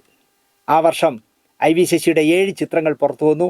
അതിൽ 5 സിനിമകളിലും മോഹൻലാൽ ഉണ്ടായിരുന്നു. എം.ടിയുടെ തിരക്കഥയാണ്. ഹീറോയാണെങ്കിലും നെഗറ്റീവ് ടച്ചുള്ള നായകനാണ് ഉയരങ്ങളിൽ. മോഹൻലാൽ അപ്പോഴേക്കും സ്റ്റാർ വാല്യൂ ഉള്ള നടനായി കഴിഞ്ഞിരുന്നു. കഥ പറയും മുമ്പ് ഈ വേഷം ഞാൻ ചെയ്യാമെന്ന് ലാൽ സമ്മതിക്കുമോ എന്നൊരു സംശയം ഐ.വി. ശശിക്കുണ്ടായിരുന്നു. കഥ കേട്ടപ്പോൾ ലാൽ ത്രിൽഡായി. ചെയ്യാം നമുക്കെന്നായി. മൂന്നാറിലായിരുന്നു ലൊക്കേഷൻ. ഈ ചിത്രത്തിൻ്റെയും ഛായാഗ്രാഹകൻ ജയന വിൻസെൻ്റാണ്. 6 മണിക്ക് ഷൂട്ടിംഗ് എന്ന് പറഞ്ഞാൽ അതിനും മുന്നേ തന്നെ മോഹൻലാൽ എത്തും. പലപ്പോഴും ഐ.വി. ശശി ലൊക്കേഷനിലെത്തും മുമ്പേ മോഹൻലാൽ സെറ്റിലെത്തും. അപ്പോഴോ മറ്റുള്ളവരൊക്കെ മൂടി പൊതിച്ച് ഉറക്കമായിരിക്കും. അതിനാൽ തന്നെ എല്ലാ ദിവസവും മോഹൻലാലിനെ വെച്ചാണ് ആദ്യത്തെ സീൻ ഐ.വി. ശശി ചെയ്തിരുന്നത്. മോഹൻലാൽ നിർമ്മിച്ച് ഷാജി കരുൺ സംവിധാനം ചെയ്ത വാനപ്രസ്ഥത്തിൽ കഥകളി നടനായ കുഞ്ഞിക്കുട്ടനായിട്ടാണല്ലോ മോഹൻലാൽ അഭിനയിച്ചത്. എന്നാൽ അതിനും 14 വർഷം മുമ്പ് ഐ.വി. ശശിയുടെ രംഗം എന്ന് പറഞ്ഞ സിനിമയിലെ അപ്പുണ്ണി എന്ന കഥകളി നടനായി മോഹൻലാൽ അഭിനയിച്ചിട്ടുണ്ട്. എം.ടിയുടെ ആയിരുന്നു തിരക്കഥ. 1985 രംഗമെടുത്തത്. ഒരു ഗുരുനാഥൻ്റെ കീഴിൽ കഥകളിയുടെ ബാലപാഠങ്ങൾ പഠിച്ച ശേഷമായിരുന്നു രംഗത്തിൽ മോഹൻലാൽ അഭിനയിച്ചത്. ഐ.വി. ശശിയും മമ്മൂട്ടിയും മോഹൻലാലും സീമയും സെഞ്ചുറി കൊച്ചുമോനും ചേർന്ന് ഒരു നിർമ്മാണ കമ്പനി ആരംഭിച്ചു, കാസിന. ഐ.വി. ശശി, മമ്മൂട്ടി, മോഹൻലാൽ, സീമ ഇവരുടെ പ്രതിഫലവും ബാക്കി ഷൂട്ടിങ്ങിന് വേണ്ട പൈസ സെഞ്ചുറി കൊച്ചുമോൻ മുടക്കണം.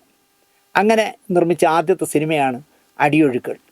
ആ ചിത്രം വലിയ വിജയമായി മാറി. ഇങ്ങനെ പറയാൻ തുടങ്ങിയാൽ ഐ.വി. ശശി മോഹൻലാൽ തമ്മിലുള്ള രസതന്ത്രം ഒരുപാടുണ്ട് പറയാൻ. സിനിമയിൽ കഴിവ് മാത്രം മൂലധനമായി കൊണ്ടുവന്ന സംവിധായകനാണ് ഐ.വി. ശശി. പക്ഷേ സിനിമ അദ്ദേഹത്തിന് എല്ലാം നേടിക്കൊടുത്തു. കൈ നിറയെ കാശായപ്പോൾ സ്വന്തം സ്റ്റുഡിയോ തുടങ്ങി, സ്വന്തമായിട്ട് ഫിലിം യൂണിറ്റ്, ഔട്ട്ഡോർ യൂണിറ്റ് തുടങ്ങി, സിനിമാ നിർമ്മാണം ഒക്കെ അദ്ദേഹം തുടങ്ങി. കാരണം കാശ് ഇഷ്ടം പോലെ കയ്യിലുണ്ടല്ലോ. ഭാര്യയായ സീമയ്ക്ക് നല്ല വരുമാനമുണ്ട്. പക്ഷേ സിനിമയിൽ ഇറങ്ങിയതോടുകൂടി, അല്ലെങ്കിൽ സ്റ്റുഡിയോയും യൂണിറ്റും ഒക്കെ തുടങ്ങി സിനിമാ നിർമ്മാണവും ഒക്കെ തുടങ്ങിയതോടുകൂടി ഉണ്ടാക്കിയതെല്ലാം നശിച്ചു. മഹാലിംഗപുരത്തെ വീടടക്കം പോയി, സിനിമകളില്ലാതെയായി. മഹാലിംഗപുരത്തെ വീട് നിങ്ങൾക്കറിയാം. നാടോടിക്കാറ്റിൽ ശ്രീനിവാസൻ പോയി ശശിയേട്ടനെ തിരക്കുകയും സീമ എവിടെ ഉണ്ടെന്ന് ചോദിക്കുമ്പോൾ ഭരണിയിലുണ്ടെന്ന് പറയുമ്പോൾ ഭരണിയിലോ എന്ന് ചോദിക്കുന്ന ആ വീട് അതൊക്കെ വിറ്റുപോയി. നേരത്തെ പറഞ്ഞ കണക്ക് 2009 ശേഷം അദ്ദേഹം ഒരൊറ്റ സിനിമയില്ലാതെ 8 വർഷക്കാലം ജീവിച്ചു. ഇതിനിടയിലാണ് IV ശശി രോഗബാധിതനായി മാറുന്നത്. ശരിക്കും സാമ്പത്തിക ഞെരുക്കം അദ്ദേഹത്തെ വല്ലാതെ ഒലച്ചു. ഇക്കാര്യം ആരോ പറഞ്ഞ് മോഹൻലാൽ അറിഞ്ഞപ്പോൾ മോഹൻലാലിൻ്റെ അക്കൗണ്ടൻറ്റ് സീമയെ വിളിച്ചു. IV ശശിയുടെ അക്കൗണ്ട് നമ്പർ ഒന്ന് തരാമോ എന്ന് ചോദിച്ചു. എന്തിനാ അക്കൗണ്ട് നമ്പർ എന്നായി സീമ. കുറച്ച് പണം ട്രാൻസ്ഫർ ചെയ്യാനാണ് മോഹൻലാൽ പറഞ്ഞു എന്ന് അക്കൗണ്ടൻറ്റ് പറഞ്ഞു. ഇപ്പോൾ അതിൻ്റെ ആവശ്യമില്ല എന്ന് പറഞ്ഞിട്ട് സീമ ഫോൺ വെച്ചു. എന്നിട്ട് സീമ നേരെ മോഹൻലാലിനെ വിളിച്ചു. പലരും ശശിയേട്ടനെ മറന്നുപോയ സമയത്ത് സഹായിക്കാനും വിളിക്കാനും തോന്നിയത് തന്നെ വലിയ കാര്യമാണ് എന്നാണ് മോഹൻലാലിനോട് സീമ പറഞ്ഞത്. ഫെഫ്ക അടക്കം സഹായഹസ്തം നീട്ടിയപ്പോൾ സ്നേഹപൂർവ്വം ശശിയേട്ടൻ അതൊക്കെ നിരസിച്ചു. ഫെഫ്ക പറഞ്ഞു, ഞാനുള്ള കമ്മിറ്റിയാണ്, ഡയറക്ടേഴ്സ് യൂണിയൻ ഒരു തീരുമാനമെടുത്തു. ശശിയേട്ടൻ്റെ അനാരോഗ്യവും ചികിത്സയും ഒക്കെ ആയിട്ട് ഒരു തുക പിരിച്ചു കൊടുക്കാം എന്ന് തീരുമാനിച്ചിട്ടാണ് ഉണ്ണികൃഷ്ണൻ വിളിച്ചവൻ പറഞ്ഞു, ഇപ്പോൾ എനിക്ക് പൈസയുടെ ആവശ്യമില്ല, വേണ്ട എന്ന്. അങ്ങനെയുള്ളൊരു മാന്യനായിരുന്നു IV ശശി. സിനിമയിൽ വേറെ വല്ലവരും ആണെങ്കിൽ ചാടി പിടിച്ചനെ താന്ന് പറഞ്ഞിട്ട്. പക്ഷെ അദ്ദേഹം വാങ്ങിയില്ല. മോഹൻലാലിൻ്റെ ഇത്തരം നന്മകളും സൂപ്പർ സ്റ്റാർഡത്തിലെത്താൻ സഹായിച്ചിട്ടുണ്ട് എന്നാണ് ഇങ്ങനെ മോഹൻലാൽ സാമ്പത്തികമായി സഹായിക്കാമെന്ന് എന്നെ വിളിച്ച് അക്കൗണ്ടൻറ്റ് പറഞ്ഞു എന്നുള്ള വിവരം സീമ ചേച്ചി പറഞ്ഞപ്പോൾ IV ശശി പറഞ്ഞത് മോഹൻലാലിൻ്റെ ഇത്തരം നന്മകളും സൂപ്പർ സ്റ്റാർഡത്തിലെത്താൻ സഹായിച്ചിട്ടുണ്ട് എന്നാണ്. ഇതിലപ്പുറം ഒരു നടൻ എന്ത് വേണമില്ലേ?